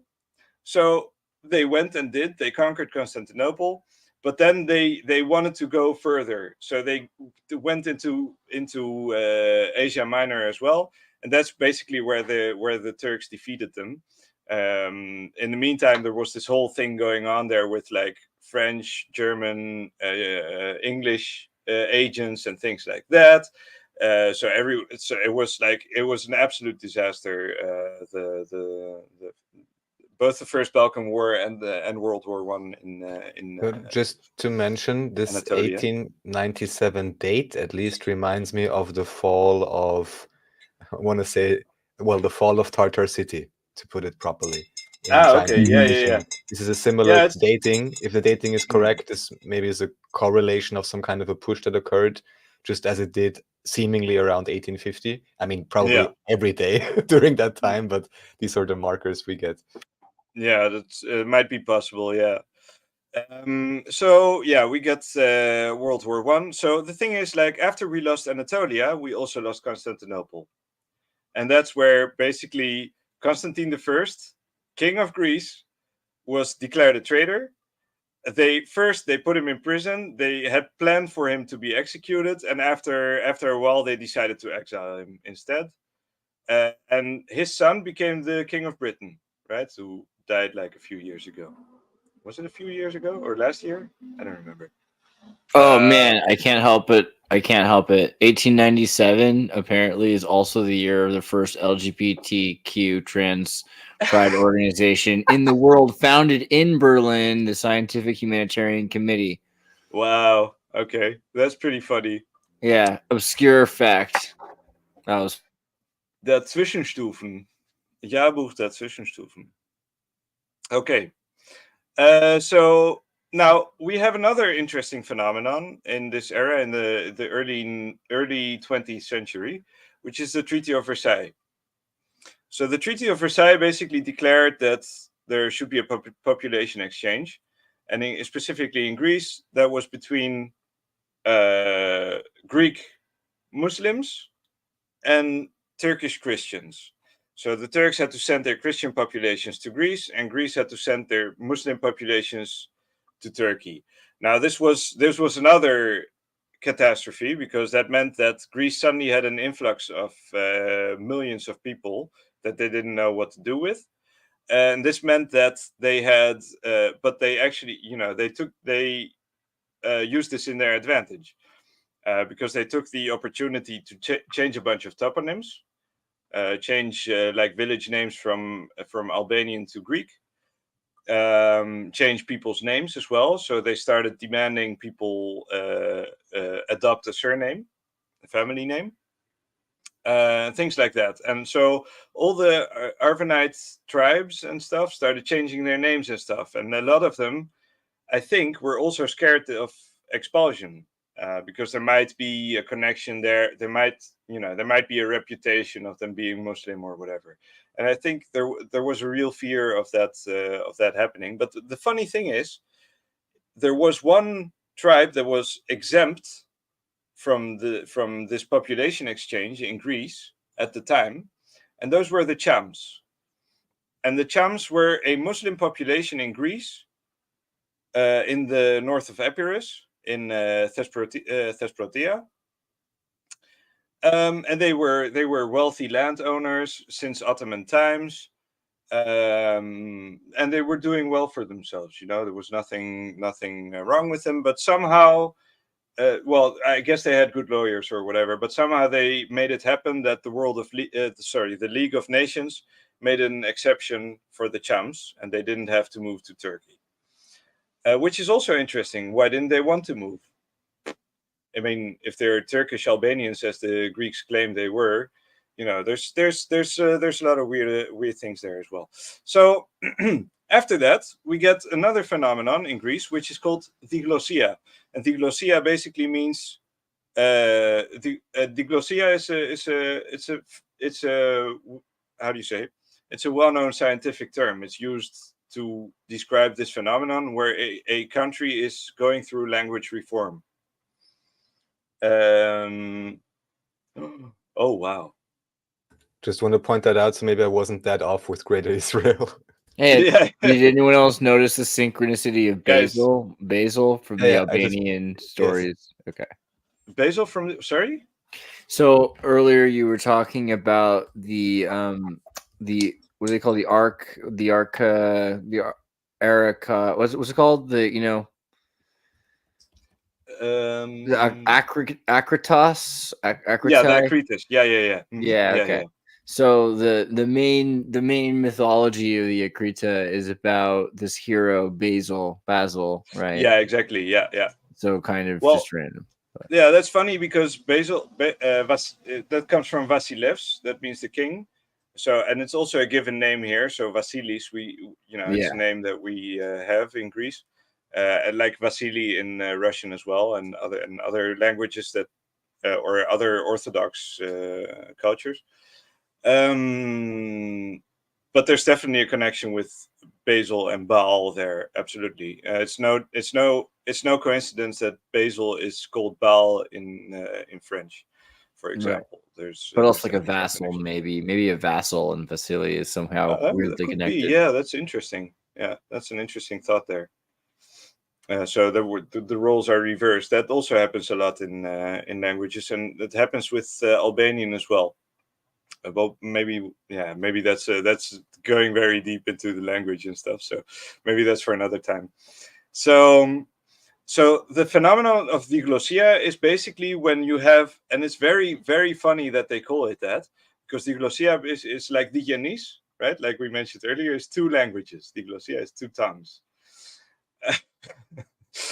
And so what happened basically here in Greece is they started debating on how the Greek language should be reformed, how it should be, let's say. But nobody asked the Arvanites. This is suddenly it comes on top, and there's just a bunch of intellectuals that are speculating. And so you have two schools of thought, right? You have the Demotic school of thought, and the purists, let's say, the Katharevousa.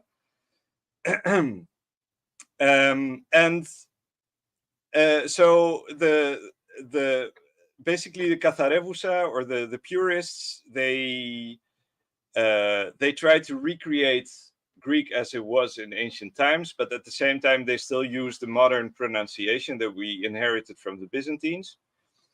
But so they invented, for example, the diacritic system that we have in that you see in ancient Greek. If you learn ancient Greek at university now, you will see all these weird diacritics, right? I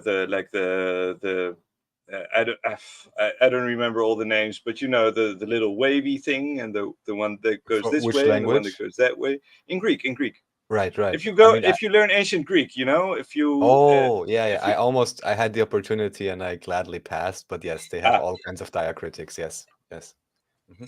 Exactly. So those were invented in this time. I mean, there are some diacritics you can find on old epigrams and stuff like that, but those are very limited. And they're only there to you have the one for the H sound, for example. You sometimes have the circumflex, the weird one, things like that. But usually it's all in capitals anyway. So almost nothing is accentuated in any way, let's say. But then in order to somehow recreate the nuances of ancient Greek pronunciation as they saw it. They invented these weird diacritics to start to create like a so-called melodicity in the language and stuff. But the funny thing about Katharevousa was that it just sounded pompous. It just sounded overly convoluted, and just sounded like trying to be interesting for the sake of it, giving putting on airs and being like a pseudo intellectual. Meanwhile, the Demotic language was closer to what we'd call a natural language. They were looking at how do people speak, and what can we do with it. My theory is that Demotic evolved from Arvanitica, but that Just briefly, this kind of reminds me of Royal English. How do you call it? Buckingham Palace English or whatever, and Yorkshire English. Yeah. Yeah. Yeah, well, it's a similar phenomenon, and it's the thing is, like, I have a bunch of, because like the apartment I live in is like, it belonged to a teacher or something, a philologist, and he has like a number of books about, and it's funny because the organization that published those, and then it was like a magazine, was called the Nea Filikietaria, so the new friendly company. That's what that actually means, or the friendly brotherhood, let's say. And they were literally saying, like, just we're in the same process as the Swiss or the Belgians were when they were trying to decide for their national language and things like that. And the Belgians and the Swiss literally had the diglossia, they literally had that problem. So, but the thing is, like, they named it that. It seems like they named it that to give the impression that they're, the two languages we're actually talking about is Demotic and Katharevousa. Meanwhile, the two languages that were actually fighting for survival, let's say, was Arvanitica and Greek. But nobody talks about that because nobody believes that Arvanitica is even a language that is being spoken. So yeah, but so in the end, the Demotic language, how do you say? The Demotic language became the official language of Greek, but it obviously was revised a bit. It included some elements of the Katharevousa, so it took measures for Greeks to be able to also use ancient Greek vocabulary in their language. So it is an effective system that we have. To be fair, it is functional. It feels relatively natural. So they did what they could with what they had, let's say.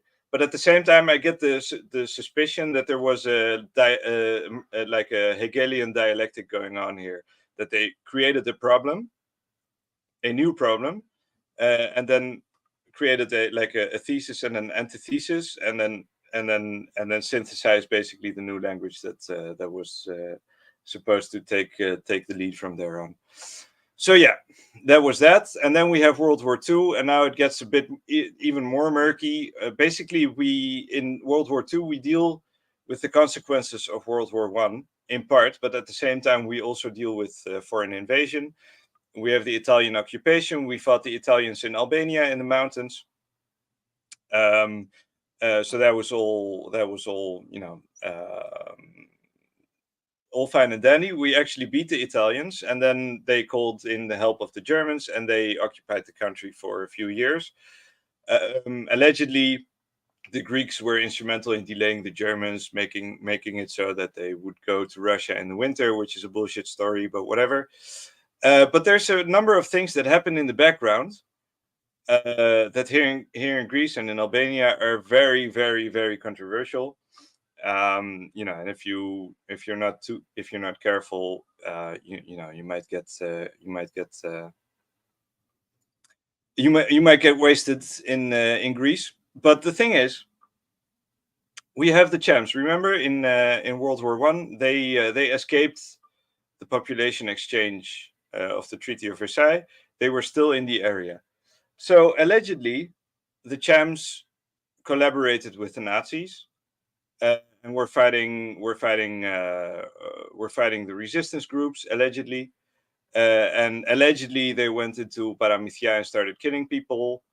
and there was like this whole thing and stuff. And then there is this guy, Napoleon Zervas. I think I'll show a picture because he's a pretty funny guy. Napoleon Zervas. And so, like, he's a very, very popular figure of, how do you say, anti-Albanian propaganda, let's say, here in Greece. Like this whole thing, this story is so vicious that, you know, it's one of the things that Just Napoleon is kind of a very suspicious name to me by now, I have to say. I know, right? I know, exactly. I'm curious to hear the story now, what happened, how fantastical it is. Yeah, so this is the guy. So as you can see, he's a very, very, very friendly guy. Well, he took on some pounds later on in his years, as you can see. Well, because he ate somebody. Yeah. Okay, so this is actually funny that you mentioned that, because there are mentions of cannibalism. Oh my God! In this scenario, in a court, so people have literally been accusing the Chams of eating people. So the Chams, as I said, they were a Muslim group.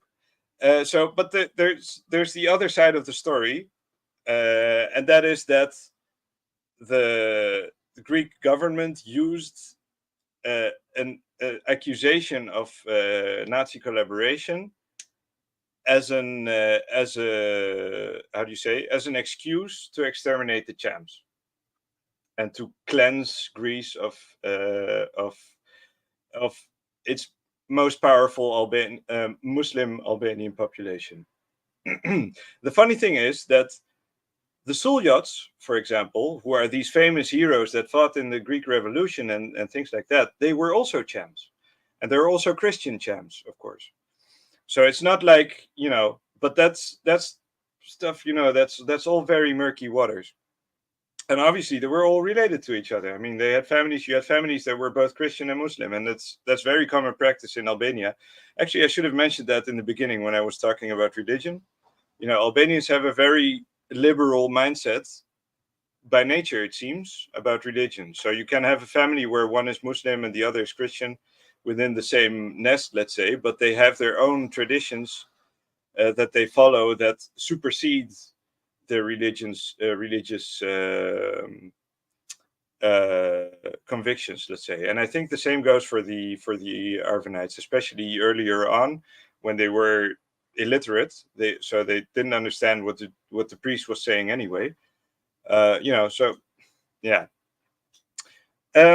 So they exterminated the Chams. Either way you put it, you know, whether this was a whether this was a Cham genocide or a Greek genocide is debatable, but I think it was a nasty story regardless. The Chams claimed they were, you know, they were patriots. They were even fighting on the rebel side and things like that. So it's a very strange situation. And obviously the Albanians are pushing very hard still to get some kind of admission from Greece about what happened in Chamulya. That's what the region is called. So let me get back to the slideshow. All right. So after World War II, the Germans left on their own. We didn't expel them or anything. Then we had the Greek Civil War. There was a war between the communists and the nationalists, and that basically was the last step to establish the Greek government, let's say, as it stands today. And then, I don't know why I put, and then we did have measures to eradicate the Arvanite language in its various dialects and in the various regions it was spoken. But the methods differed from region to region. Sorry? Yes, just to double check with this story, because David Ewing Jr. shared with me at least once in regarding to, I think, Gaelic, that here, now for a few decades, they started promoting the original language, but they're using dictionaries from early 1900s. So I'm curious, in the case with Arvanite, is there no state interest in it at all whatsoever, or clear that they only deliberately try to hide it? Or are there any movements now at all, except you writing poetry, that anyone cares about it? Any ministry, cultural section, or anybody? Or what's the situation there? Because that's always interesting. It's literally, yeah. You're. It's a good question because it's the government. There's literally zero interest in Arvanitica. There's no. There's no official support to preserve the language in Greece. And this is, the United Nations have pushed Greece to try to, get this issue resolved because it's a dying language, a dying minority language that needs to be preserved. According to the human rights legislature. But Greece has yet to take any steps to do something about it. Obviously, there are some organizations, or there have been, some organizations that have been, that have tried to revive the language. There still are, by the way, but it depends. There's different degrees, let's say, of engagement, let's say. So there are a number of cultural organizations, Arvanite organizations. So, for example, here in Athens, we have a region that's called a district called Lyosia. The original name is Lyosia. It's named after a Arvanite officer, military officer. I don't remember what his rank was, like a general or something, whose name was Lyosis.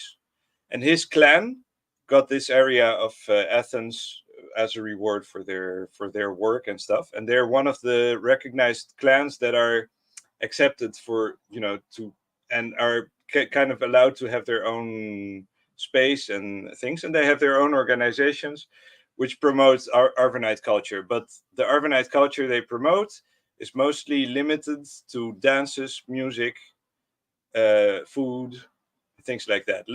Language lessons are hard to come by here in Greece, unfortunately. So the best you can do is to find a village or find a native speaker and hope they can teach you, most of them don't even write. Originally, they didn't even have a script. So there's a lot of problems there. There are some books that I've managed to obtain. So if you'd like, I can show those if you want. So for example, this one. Wait, here's the camera. I've had to actually do I've had to do like a Mission Impossible type shit to actually get this book, because it's self-published by the writer, and the writer died in, what was it, 2013, I think. He passed away.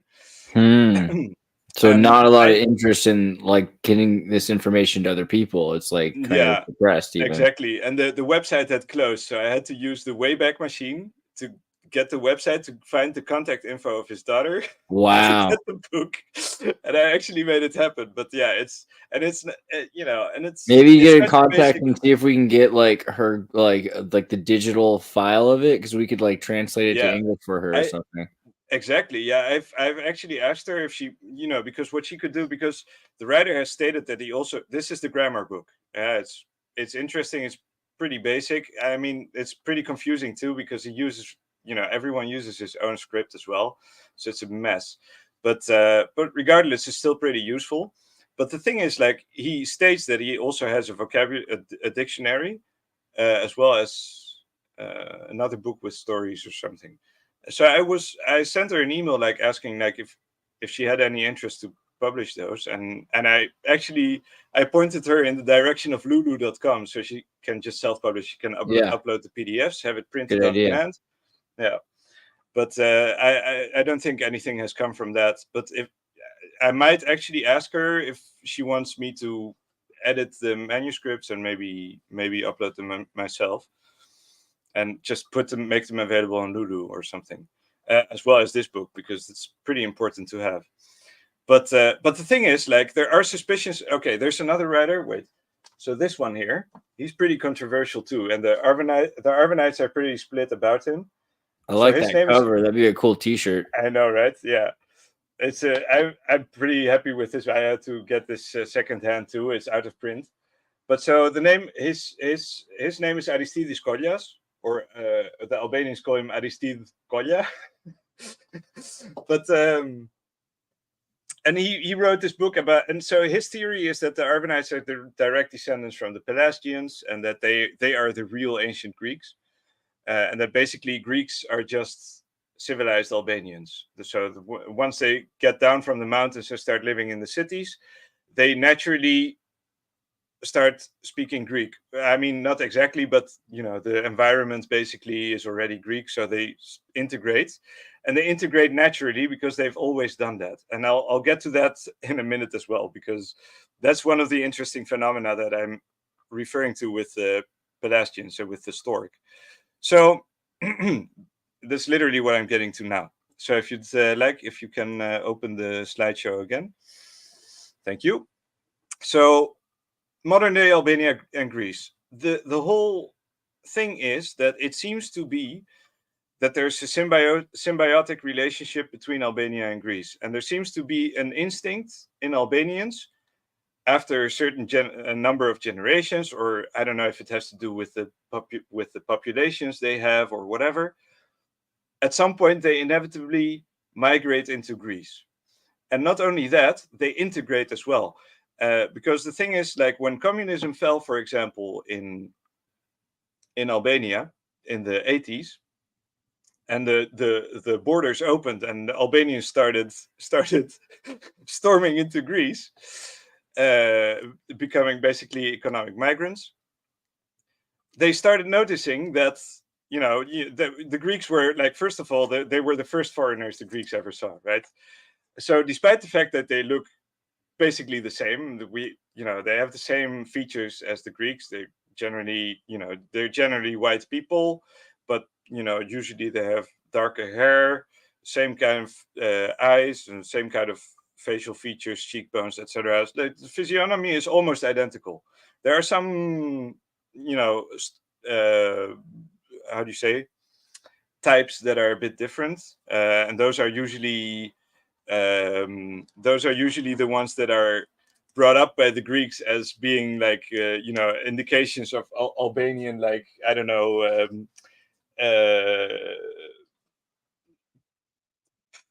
how do you say, what's the word again, natives, Albanian genetics, I guess, things like that. But that's all nonsense anyway. But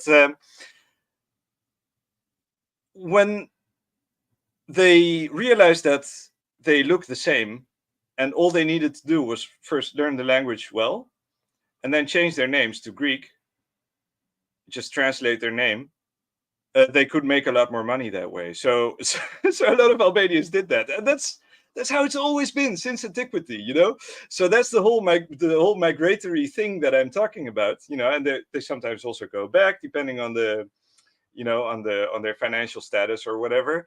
But a lot of them stay in Greece, and Greece depends on that because we replenish our populations from the Albanians. So that's the secret. But obviously you can't tell them that, because if you do, suddenly everyone will start speaking Albanian again, I think. It's a hard situation. Sorry? It's a hard situation. Yeah, it's definitely a hard situation. But let's take Albanian history. We're almost done, by the way. I think these are the last 3 or 4 slides at most. So the start of Albanian nationalism starts in 1912, if I'm not mistaken. Albania starts vying for its own independence. There's a bunch of debates going on. It goes through its own language reform and things like that.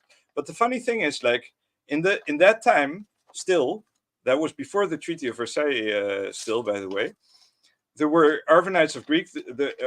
There were Greek Arvanite, how do you say, organizations that were promoting the idea that Albania should unite with Greece and that they're brothers and that they speak the same language, and that and so on and so on and so forth. And the genetics attest to that, by the way. We'll get to that too.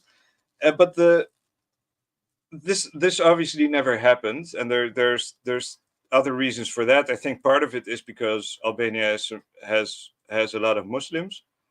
Now, this is interesting. This is what year you say? Sorry? In what year is this? 1912? Around 1912 was when the Albanian state was founded. Because at least in official history, maybe you're aware that after the First World War, as it is portrayed, many individuals in Austria actually wanted to join together with Germany and create Deutsch Österreich.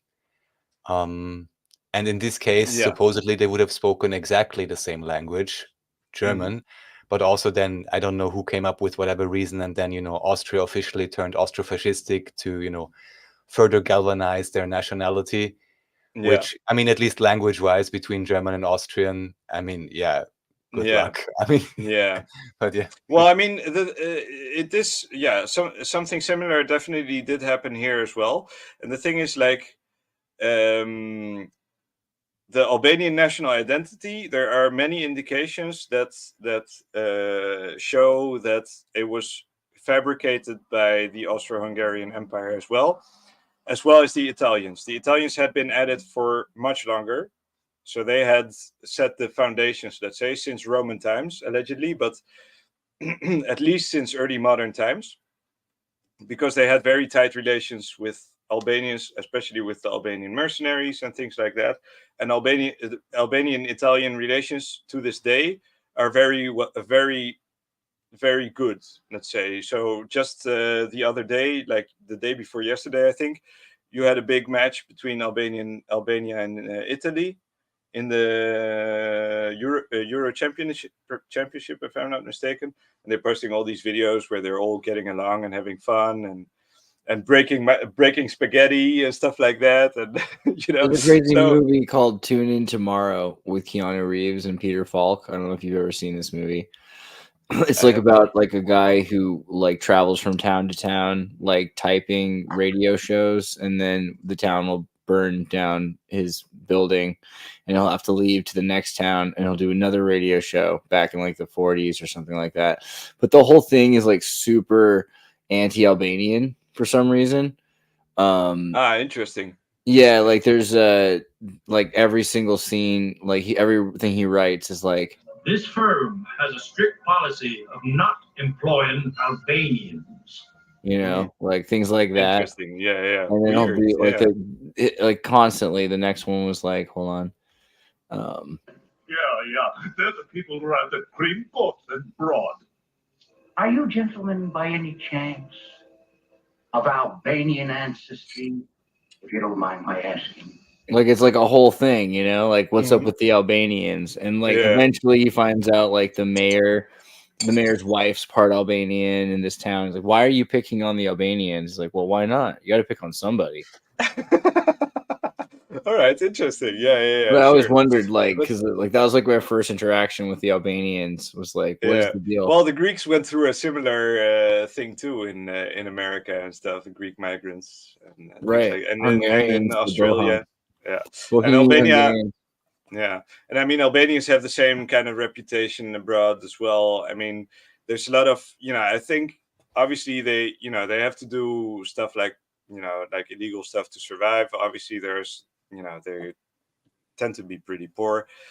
At the same time, though, they're pretty hard workers as well.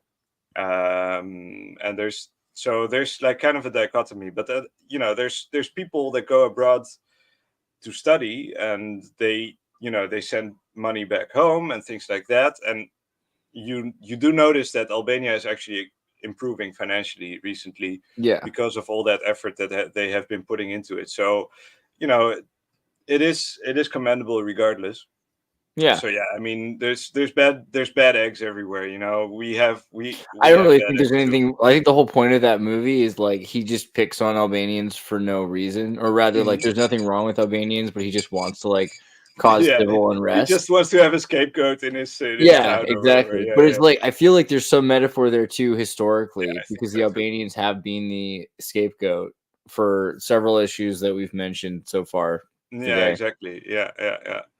So let's see. So we have the House of Zog. That's also an interesting. It's a little side note because Zog means bird. The Arvanite language, or the Albanian language, if you will, in general, was called by the Arvanites themselves Juga Zogut, which means the language of the birds.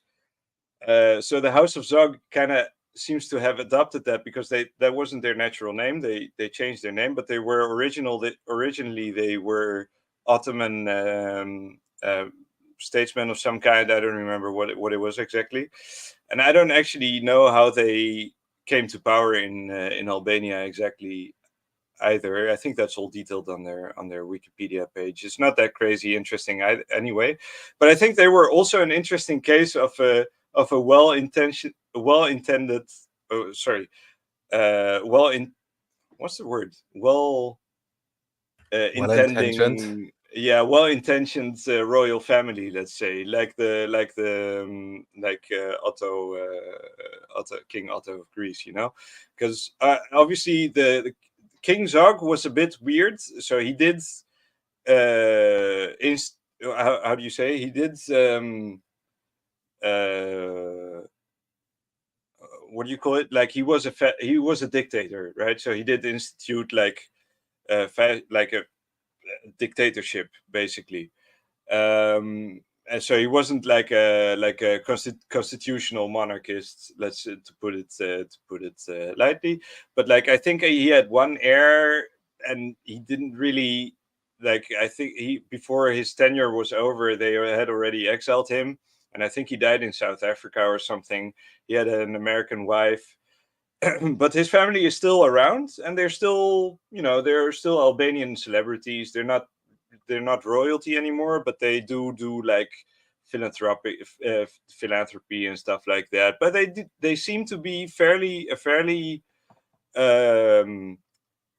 honest bunch, and they seem to be still fairly beloved, I think. I might be wrong though, but that's the impression I got from the things I read about them and stuff like that. So maybe interesting. And then we have we have communism in Albania. We had Hoxha. What was his name again? I think it was Edmund. No, Edmund Hoxha. Wait, I don't remember. Let me just Google it 1 second. I should probably had added it to the slides.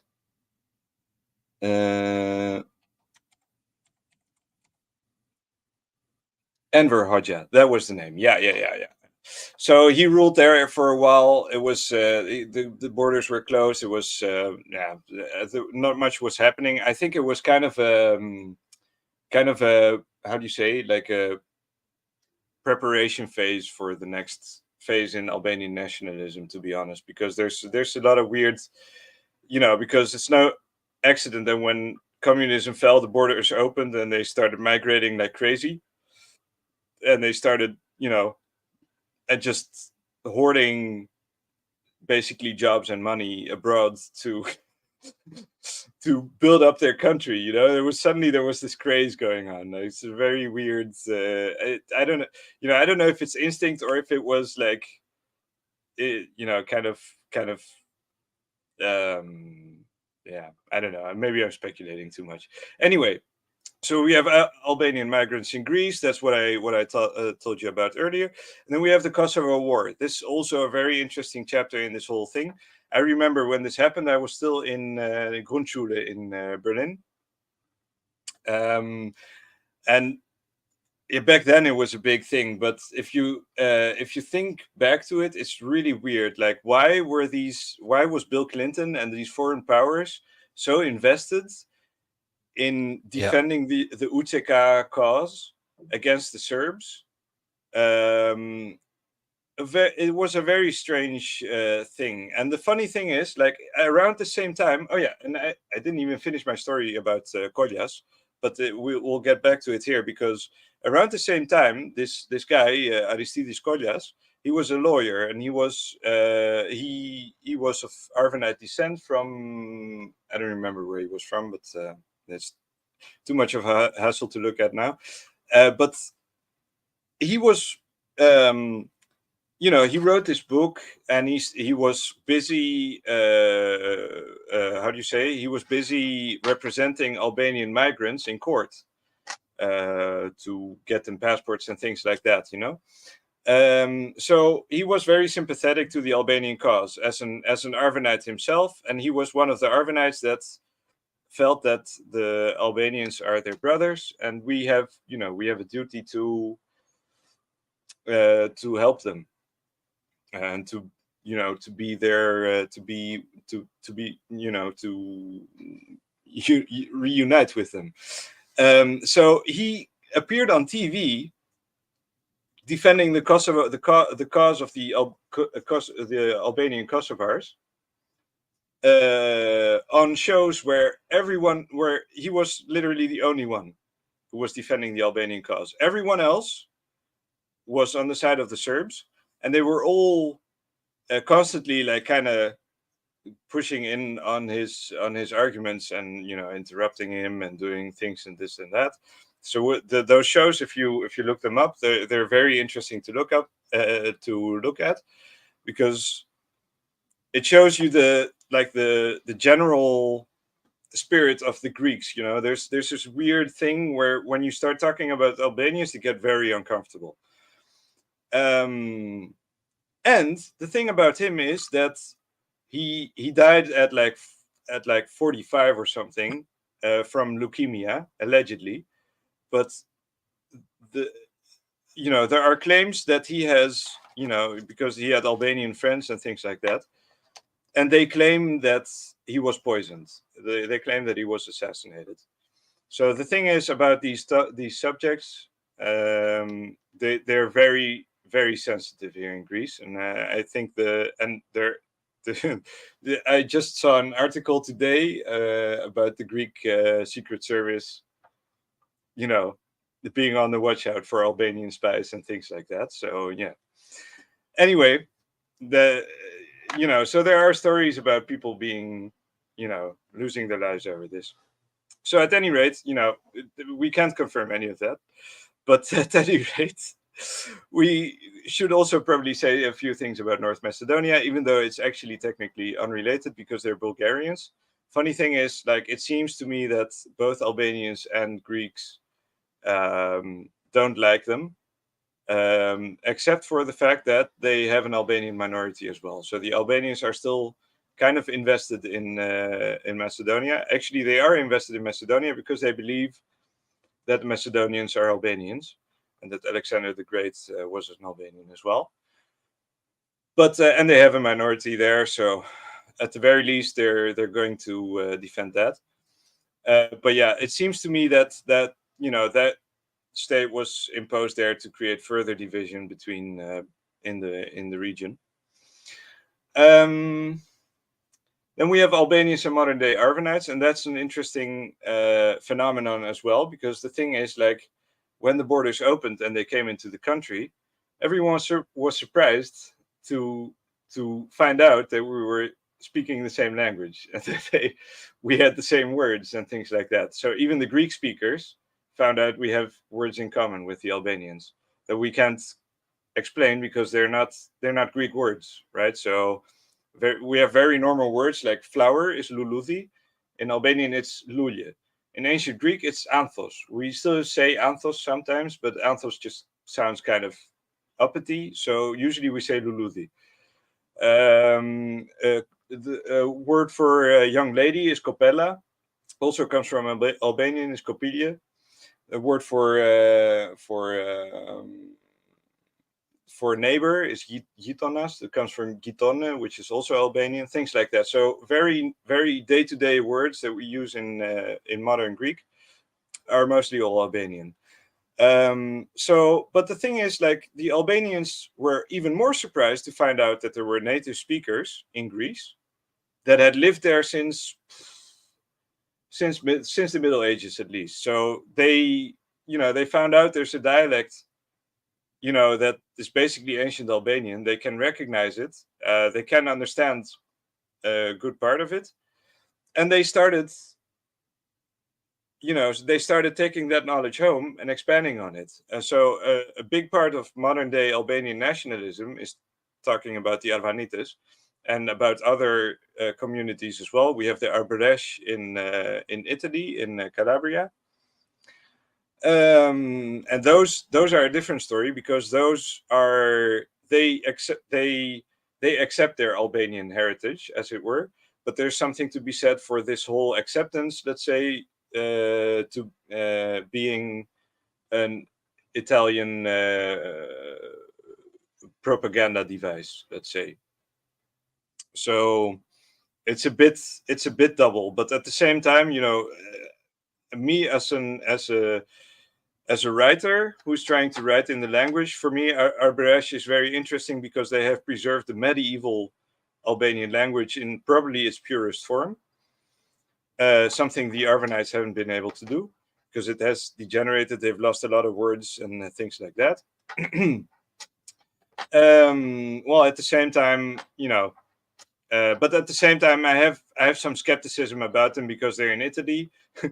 they're Catholic, but they follow the Eastern Rite, so it's a bit weird there as well. So there's something shady about that topic, in my opinion. But that, I mean, maybe I'm just being overly suspicious. But at any rate, now we also have second and third generation Albanians in Greece. And a lot of them integrate very well. So they take to the Greek language enormously well. The thing is, like, Albanians have a knack for foreign languages because they have a very broad range of sounds in their own language. Like, the Albanian language has about 36 letters. They're not exactly letters. A lot of them are like constructs, or like pairs of letters. Like the DH is a the TH is a th, stuff like that. But you also have the sound, which is the E with the umlaut, and you have the J. So and I also think the Albanian language is one of the first languages that actually use the J. So if it's really as old as they say it is, then we know how old the letter J is, because that's basically where we see it, where it's first used. Yeah. So the letter J is very important because it's also pronounced in letters where it's not written. So, for example, the L, you have two L's. You have the single L and the double L, right? So the single L is pronounced L, but sometimes it's pronounced L, and the double L is usually pronounced ul.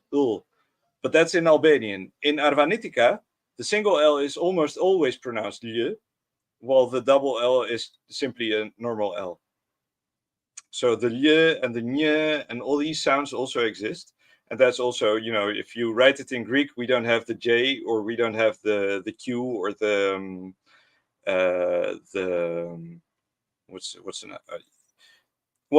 we don't have the J, so we usually write it with an I, with a iota. Anyway, so yeah, but the second and third generation Albanian migrants that we have now are also an interesting case, because they're now having to go through the growing pains of integrating into Greece.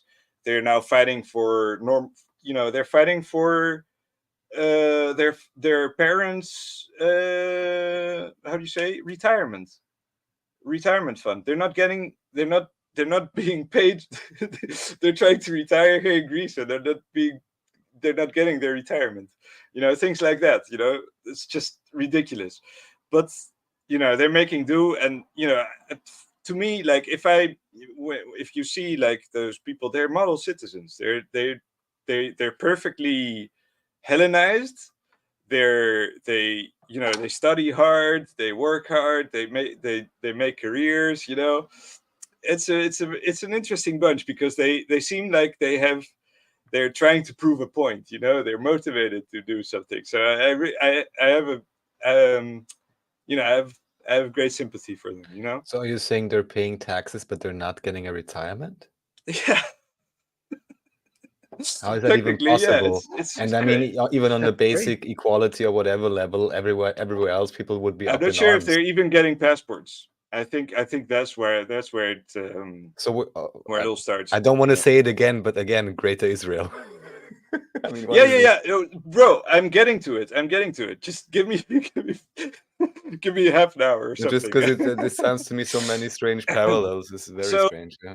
So because this slide is what I'm getting at, right? This is how I view this whole scenario in the context of Fomenko's new chronology. So we're literally getting at it. So the Stratioti in a different light, you know, as I pointed out earlier, we see the depiction of the Stratioti with the crescent on the flag, right?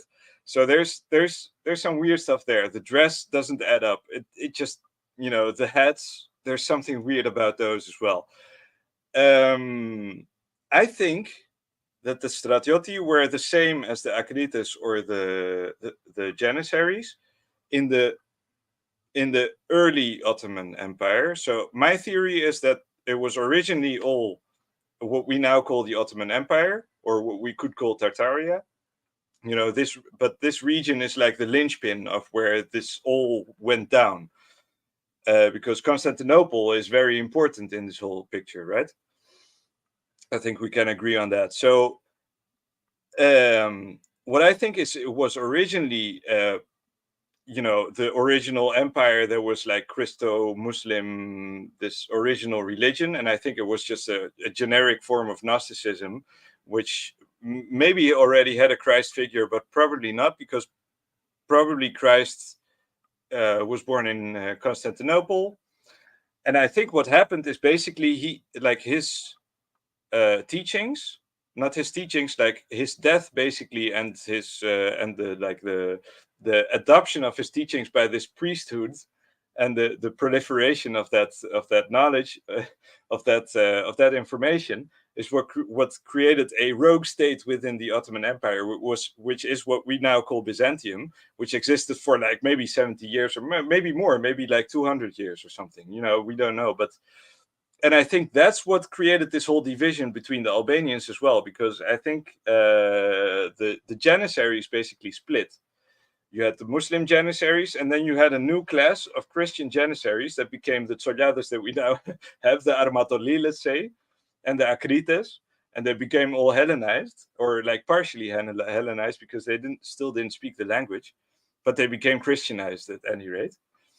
And they were and they were tasked to protect the Byzantine Empire from the Franks and the Ottomans trying to reconquer it, basically, because they were all part of the same empire originally. I think that's what basically happened. So Rumeli and the Roman Empire is basically that. So Byzantium actually came first. The Ottomans reconquered it, and the priesthood, the Fanariotes, fled to Rumeli, but most of them fled to Rome, and they founded the Vatican. And then you had a second split in Christianity, the schism, and that's where basically, you know, things got complicated, if that makes sense. So I think I've already basically covered all of these points. I didn't even have to touch on them. Recapturing Constantinople, Akrites and Janissaries, those were the Stratioti, right? The Franks in the Fourth Crusade, okay, I covered those as well, right? So the first attempt to reconquer Constantinople came from the West. And I think there were two Islamic empires. You had Tartaria and Barbaria. So first came the Franks, who were, you know, the Moors and whatever. They tried to conquer Constantinople. They succeeded. We had the Francocratia for a while, and then they reconquered it, maybe even, and then the Ottomans retook it.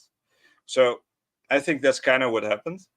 But then we come to the Fanariots, and the Fanariots are, I think they are the linchpin of this whole story. So the Fanariots, my theory is that they're Hebrews. that they descend from the tribe of Dan, more or less.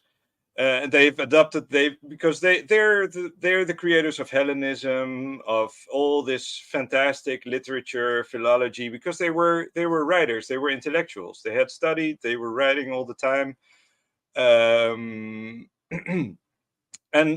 they were priests, so they had gathered all this secret knowledge from Egypt and Babylon and whatever.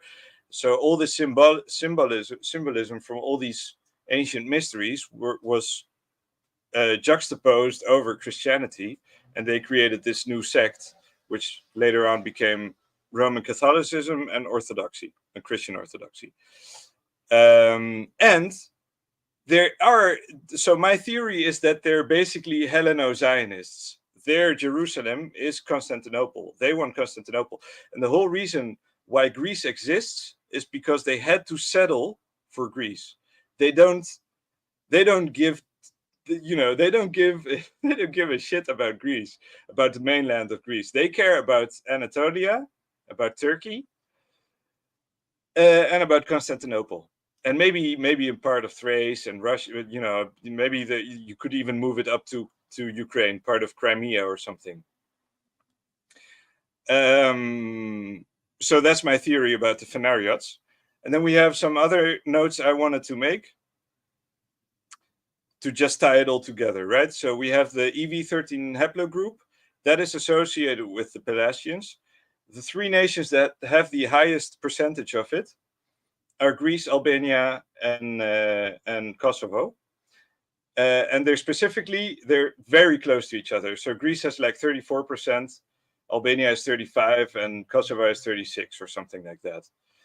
There are countries, in the surrounding areas that have the haplogroup as well. And for some reason, there's a spike of the EV13 haplogroup specifically in Wales. And there's a theory that the Welsh descend from Albanian mercenaries as well. And their languages are pretty similar too, by the way. If you check with Duolingo, I think you'll be able to confirm that.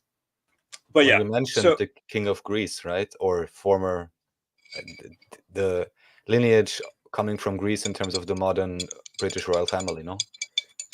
Well, yeah, well, they were German families. So both of them were. So we had what was King Otto again? I don't remember what his house was. Wait, King Otto of. Yeah, I don't remember now. Of Wittelsbach. So he was German, and the Glücksburgs were German as well. So yeah, maybe in an indirect way you could say that. But there's another thing to that that I want to get back to, and that's the whole creation myth of Britain. Because they claim they descend from the Trojans, and the same goes for the Romans, right? The Romans also claim they descend from the Trojans, and even if we take Fomenko's timeline into account, that still makes sense if they descend from the Phanariots, who descend from the tribe of Dan. So they're basically the Dardanians. So they're basically Trojans. So there's this whole. But I'll get to that because that's very important. I think this is the core of what this whole story is about. Because the thing is, like, as I said, Kosovo is associated with Dardania, and we have here, right? If we get to, we'll skip a few steps and we'll get to alchemical vexillology, right? We've had this talk a few times, I think, in the Telegram with Raphael and the guys. But so my theory is, I've taken this from Sean Ross and his interpretation of Upper and Lower Egypt in the red, white, and blue flags. So you have the white, which is is Upper Egypt, I think, and the red is Lower Egypt, and they each have their own crown in their respective colors. And then you have the blue crown of war. So the Greek flag is white and blue. So it is considered the Upper Egypt, but it is in a state of war, and that's no surprise either, because they're still trying to get Constantinople. Meanwhile, Albania is Lower Egypt, and it's red. And then, but the funny thing is, in the national dresses, it's the other way around, right? So the Arvanites are wearing the red hats, while the Albanians are wearing the white hats. That's also pretty interesting. And I think that's about a alchemical process that they're trying to get going. And the gold we see up here. So Dardania is the goal, and that's what the symbolism of this flag is. It's surrounded by blue, so that's war again. But obviously the map of the country itself is in gold, and then we have the stars on top, right? So those are from the European flag. But my theory is that these are the foreign powers that are watching over this area, and there's a reason why they do, because so first of all, in Christian eschatology, they claim that the Antichrist will come from the tribe of Dan. So we get back to Albert Pike, who speaks so highly of the Albanians being the most ancient nation in Europe. You know, and it suddenly starts making sense, because they're actually hoping that one of these countries, and I think it will be this one, will yield this figure they're waiting for, the new Messiah. By the way, it's no coincidence either, I think, that Mother Teresa comes from Kosovo, right?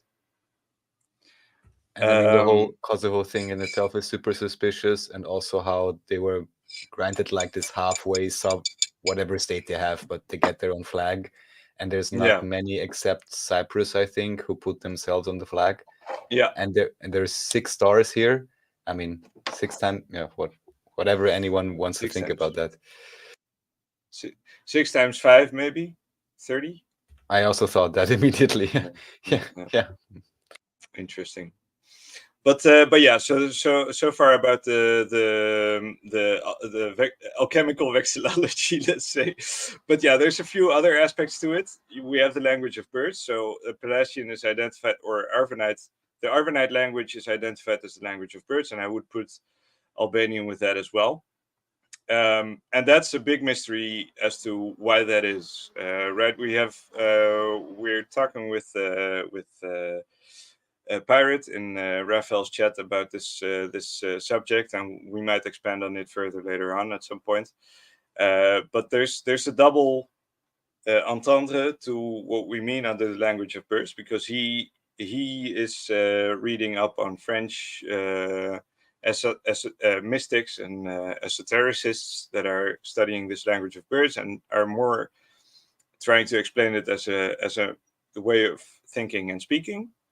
While at the same time, I am taking it literally and basically interpreting Arvanitica as this language of birds. And I have my theories as to why that is. I think there's definitely something strange about the language, something something special, let's say. But I think it's a bit too early for me to say for sure. But I think my poetry is an indication, but that remains subjective, unfortunately. So I can't really, and it's hard to convey the discoveries I'm making that way to you. But at any rate, we have some other aspects as well. We have this whole thing, right? We have Gnosticism, Orphism. We have the rites of Eleusis in ancient Greece, and the rites of Dionysus. Those three are all connected, obviously, because Orphism is the religion of Dionysus. So basically, the funny thing is, and this is like mainstream history, accepted basically. In ancient Greece, there was a substratum of cults that followed a different tradition than the mainstream Olympian religion, right? So they also had a number of gods, but their highest deity wasn't Zeus but Dionysus, and Dionysus is the god of wine and of ecstasy and all this stuff. So there's some weird indications. I think those are related to the pre-Hellenic Pelasgian strata that existed, and I think that we find remnants of those beliefs, back in modern day Albanian and Arvanite traditions. And I think that's where they come from. It's not so much wait. Yeah, it's because there are Dionysian rites that are still being celebrated. We still have the Kurbania and things like that, and this whole ritualistic way of performing music and things like that as well. That all seems to kind of fall in line there, but I'm still just speculating. Then we have another subject that interests me very much, and that's the Geg, right? So the Geg are an interesting case. They're one of the two big pharaohs of in Albania, northern Albania specifically, as I said. But they seem to be a different. There's something strange about them. They seem to be of different stock than the Tusk entirely, right? They have German physiognomies. They have harsher features. They're more often blonde than the Tusk, blonde and blue-eyed. They have this brachycephaly thing going on, so they tend to have more shallow skulls, let's say, and so on and so forth. Now there's some other things that obviously the name Geg seems to be cognate to Gigadus, giants, and to Gog and Magog. Right, those are my theories, and obviously, if we combine that with Skanderberg and Dulkarnain and things like that, and the mountainous region in Albania, there are some parallels to be found with the Caucasus and the Iron Gates. And there's a mountain in Albania close to Tirana, which is called Malit Tartarit, which means the mountain of the Tartars. Don't ask me why, that's what the mountain is called. So my suspicion is that we're much closer related to the Scythians and the Tartars than we claim, but that there is a Pelasgian element because this EV13 haplogroup is an objective fact that exists in these countries. And there's something weird going on there, because I do think there's a level of autochthony that we did actually exist here since antiquity, only we need to push antiquity further closer to us and rethink what that actually means and who the Pelasgians are.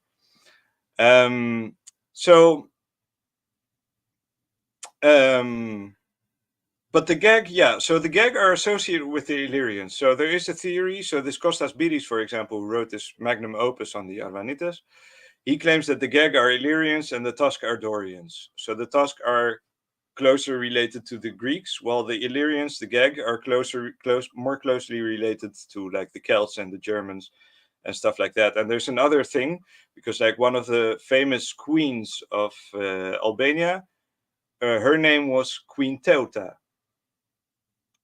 And that's cognate to the Teutons and the Germans, the Deutsch, and Deutschland. So there's some weird connections there as well. So I suspect that the Geg are basically a Germanic tribe, if you will. And there's some other things there as well, because for some reason the Swiss have an obsession with Albania as well. So they send their archaeologists there for whatever reason and things like that. And I think they have a thing for the Geg. I think they have a thing for they see them as related because they're basically they're basically mountaineers as well. They're highlanders as well, just like the Swiss are. And it's also no surprise that, for example, Scotland is also one of the Templar strongholds, let's say. So there's definitely some connection there as well. And then not only that, Switzerland also has an obsession with Mongolia. And that's I just wanted to add that there because maybe I should, because there's a little YouTube short about that will blow your mind. Let's see if I can find it. Switzerland, Mongolia.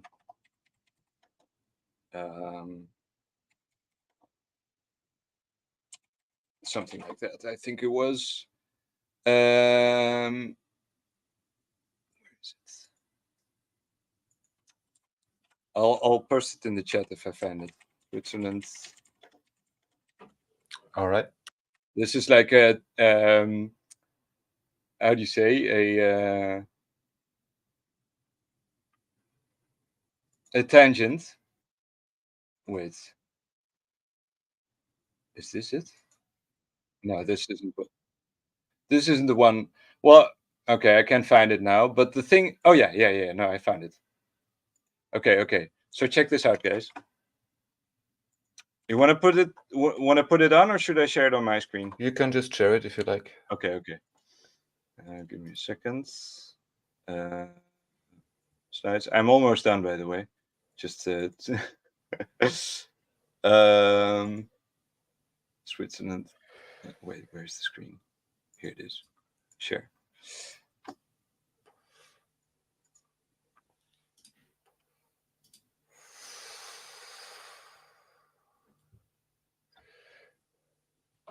Is it playing?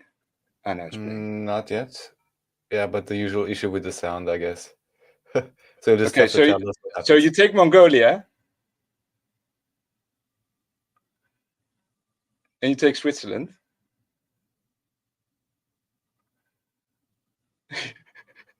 You turn it upside down.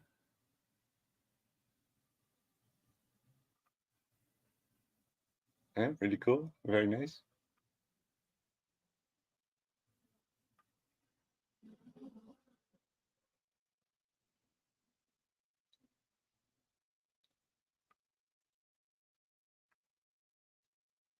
Is he gonna do it?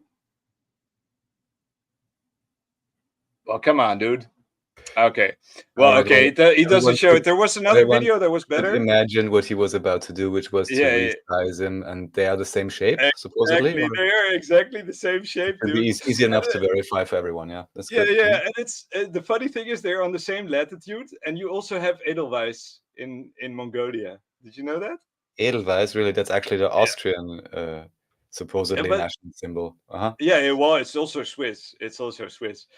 Right. But I mean, it grows in the Alps, so it's and I mean, the Germans also had it. The Nazis also used the Edelweiss in their regalia and stuff like that. But so but the thing is, the Swiss and the Mongolians, they also have this brachycephaly thing, right? So there's more than just the latitude and the similar lifestyle and the climate and things like that. It's also that there seems to be an actual relation. They seem to actually be related with each other. And I think it's all connected to Gog and Magog, dude. I think I think these people, there's something about this brachycephaly thing. They have a different mindset, and they, I don't know. I don't want to speculate too much. But yeah. So back to my slides. 1 second, and I'll be there you go. Yes. So then we have another thing. We have the Jews of Salonika. Thessaloniki is world famous for having been one of the hotspots, or one of the, let's say, well, yeah. I mean, they had one of the largest Jewish populations in Europe for the longest time. And a lot of them came from Spain. So a lot of them were Sephardim specifically. And I think that's also another one of those things, right? I think the Helleno-Zionists are of the Sephardim stock, while the Judeo-Zionists are of Ashkenazim stock, right? So I think it's pretty clear. And I don't think they like each other either. But I think they have the same tendencies, the same mindset, and they cause the same problems for everyone. So yeah, at any rate, whatever. But I honestly, I do think, though, to some degree, the Phanariots, the Hellenic Jews, the Hellenic Hebrews, let's say, who are Christian now, they're Christian Hebrews. I think they're they have good intentions in for a large part. I think they they're just too arrogant to see the error of their ways. That's what I think is really happening. I don't think they realize the damage they've done to the people they've occupied, because they're the occupants. The funny thing is, like, Greek propaganda likes to say that we've lived under Turkish occupation for 400 years. That's what everyone likes to say. Also, Austria is. Oh, sorry, not Austria. Hungary was supposedly under under Ottoman occupation as well. Yeah. Yeah, exactly. Yeah, and that's a bullshit narrative. We were Ottoman subjects. We were living just fine, and I think most of the Arvanites were, they had prestigious positions as well. They were they were warriors, so they were valued by the Ottoman Empire, and they worked as janissaries until they got Christianized, and then they lost all their prestige. And it's no coincidence either. So it's pretty interesting, because that seems to indicate that maybe we have been the traitors and not the Albanians. And we like to accuse the Albanians of being Turco-Albanians and this and that. But meanwhile, we have depictions of like pyramids that the Greeks built with Albanian heads. Not even skulls; they just fresh of their corpses. Just things like that, talking about this in terms of oppression, at least according to what Gleb Nosovsky of the New Chronology says, the way he describes it sounds more like a paradise for the common folk, and that the administrators and royals actually were the ones under burden or whatever, which may be part of the reason why whatever was there before broke up. But even just this concept of actually having a government or administration that really wants to take care of everything is astounding, of course, in today's terminology, or the idea that actually those individuals really would be serving and maybe have a difficult time doing it in order so that the masses could enjoy themselves or have as low taxes and so on as possible and as much security as possible. Yeah, so, exactly. But that then of course later in historical decision is being termed an oppression or an occupation, potentially. Again, according to Gleb Nosovsky. So just pointing that out. Yeah. All right. Well, I think there was also another aspect to it, because we like the Phanariots they're a bureaucratic class, right? They're a class of bureaucrats. That was their whole job throughout their whole history, and that's what they're still doing. So our government is mostly composed of these people. Now, the thing is, obviously, if you were living in an empire like the one they were working under, apparently, I think the pressure was also pretty high on them to keep everything in check and everything running. And I think that might also have been part of the reason why they tried to break loose, let's say. Maybe, I don't know. Maybe I don't know. Maybe it's all somehow justifiable, but yeah, I don't know. So yeah, and the last thing I wanted to kind of touch upon, but I think I already did, was the Venetian influence. So as I said, Italy has still to this day has a great influence and is very mindful of its influence on Albania, because they want that buffer state, because they're competing with Greece for control in the Mediterranean. But at the same time, we still have our Phanariot, a lot of the Phanariot elite that we have, the oligarchs that we have, they become shipwrights, right? So one of the biggest ones we have now is Marinakis. He's the owner of the Olympiakos football club. And he has stated officially that he is of Phanariot descent. And Onassis was just like that, was the same deal, and was the other guy, Niarchos, and all these big. So the elites that we have, the oligarchs, the big kahunas, they're all the big moguls. They're all shipwrights. They all have big fleets and transport all kinds of goods, whether legal or not, across the globe, or the disc, if you prefer. So I think they are related to the Venetians as well, to some extent, if we accept that the Venetians are a continuation of the Phoenicians as well, things like that. So we can all assume that, I think. So yeah, it's all one big mess, and that's kind of where we end. I had a quote of a poem by Odysseus Xirtus. He's a Greek poet that's allegedly also of Arvanite descent, and he wrote this thing where he says, well, I don't know if you want me to read the whole thing, but he basically says that my homeland is a mural with multiple successive layers, be they Frankish or Slavic, and I think he also implies that Arvanite and Turkish are part of those as well. Which, if you happen to try to either to scratch them or repair them, you will go to prison immediately. The reason why I speculate he also implies Arvanitica as part of it is because he starts with, I know this is all nothing, and that the language I speak doesn't have an alphabet. That's literally what he says. Since even the sun and the waves are a syllabic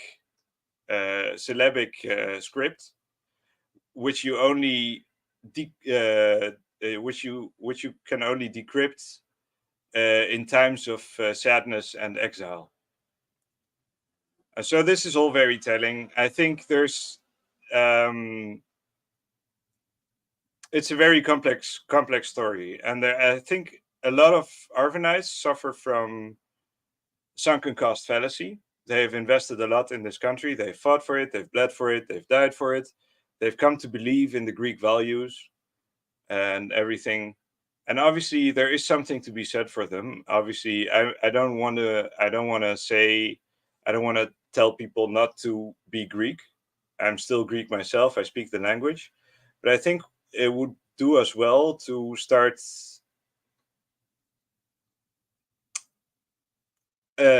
understanding the context better, maybe, and maybe start learning this weird language that we used to speak, and see, because there's a lot to be, I don't know, in my opinion, there's a lot to gain from learning a new language. We could foster new relationships with our neighbors. I do think it's part of our destiny as Greece to lead the Balkans into a new era and whatever. There's a lot of people who actually believe that. I think we have the potential to do so, but we have to be honest to ourselves. I think that's the core of it all. Yeah, I heard similar stories regarding Europe and, for example, the German-speaking region and so on, or even for the world, what they could do and so on. But in the end, it's probably just what you say. The ones who are honest to themselves first, they will be the ones to lead everybody else. Yeah. Well, in the land of the blind, the one-eyed is king, That's kind of how that goes. Exactly. Well, thank you very much for this amazing presentation. I'm not sure if Andreas maybe had to go off. I think it was amazing, really well done. You did a great job explaining everything. I also really like the design of the slides. And since I'm wholly unqualified to be go any deeper than what you've presented, I'll be looking at it more. I forwarded it to some researchers. I can send you the slideshow as well if you'd like. Oh, for sure. We can also do that. And then we'll come back another time and see what we can continue exploring further, either here or on at Nachiketa Fire's channel. To anyone who's interested, now usually on Fridays we do watch parties, but Nachiketa is streaming insanely great interviews all the time, just like Andreas is. So let me give a short promo for Andreas too. Everyone check out my favorite Italian. It's the Illuminati. Leo Zagami was interviewed again that video today. Yesterday by Andreas. So just to give a promo shout out to that as well. You don't currently have any website or anything, so if people want to reach out to you, they should. Well, I do. I have my blog.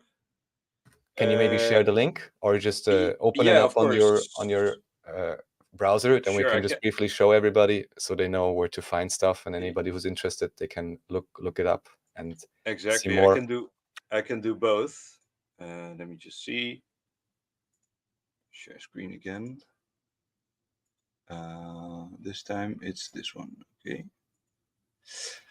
All right. So my page is Juga zo goed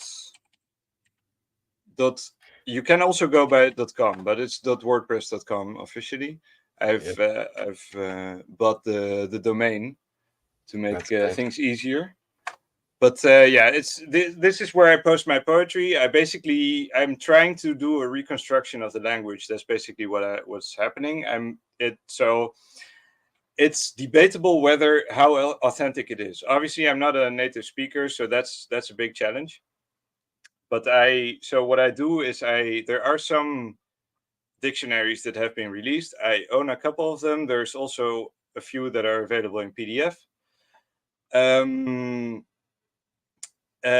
So those shed a lot of light on what words they may have been using in those times. But like if I speak to native speakers whom I've been able to meet, let's say online, there's this one actually, just one. He's pretty old and he's pretty stuck in his ways, to be fair. He's a very nice guy, obviously, but he's, in his opinion, I'm doing everything wrong. And obviously his advice is very valuable in terms of grammar and stuff. He doesn't agree with the way I spell things, but there's a logic to that. I've made a whole table. Let's go all the way down here. I made a whole table. The other question is, to what extent were these things really standardized at the time? That's the other question. They weren't. Yeah, they weren't. So, and the thing is, like, everyone wrote in whatever language or whatever writing they learned. So we have Albanian text preserved in Arabic, in Greek, and in Latin characters. Why? For some reason it won't open now. So anyway, I've made a whole table. You'll find it on the blog with explaining how every letter is pronounced and things like that as well, how I use them. But I try my aim is to make things as clear as possible, to revitalize the language, to reinstate like some older words that have been lost in time and things like that. And obviously to create hopefully a beautiful work that people can refer to later on, and it might be a foundation for other writers to experiment with and to start working on as well. So obviously it's all very simple. It's mostly haikus and tankas, because I'm basically just writing sentences. I'm trying to practice the language for myself. To start somewhere, right? So yeah, exactly. So yeah, so if you're interested, you can find the link in the chat, and I'm always happy to hear your feedback. If you speak the language, even better. And hopefully I can I found a publisher, so hopefully I can publish it soon and get things going. Perfect. Well then, without further ado, I'll say thank you very much. Thanks everyone in chat. Thank you, Andreas, for hosting, and catch y'all next time. Thank you, Manifestopheles. Thank you. Bye-bye.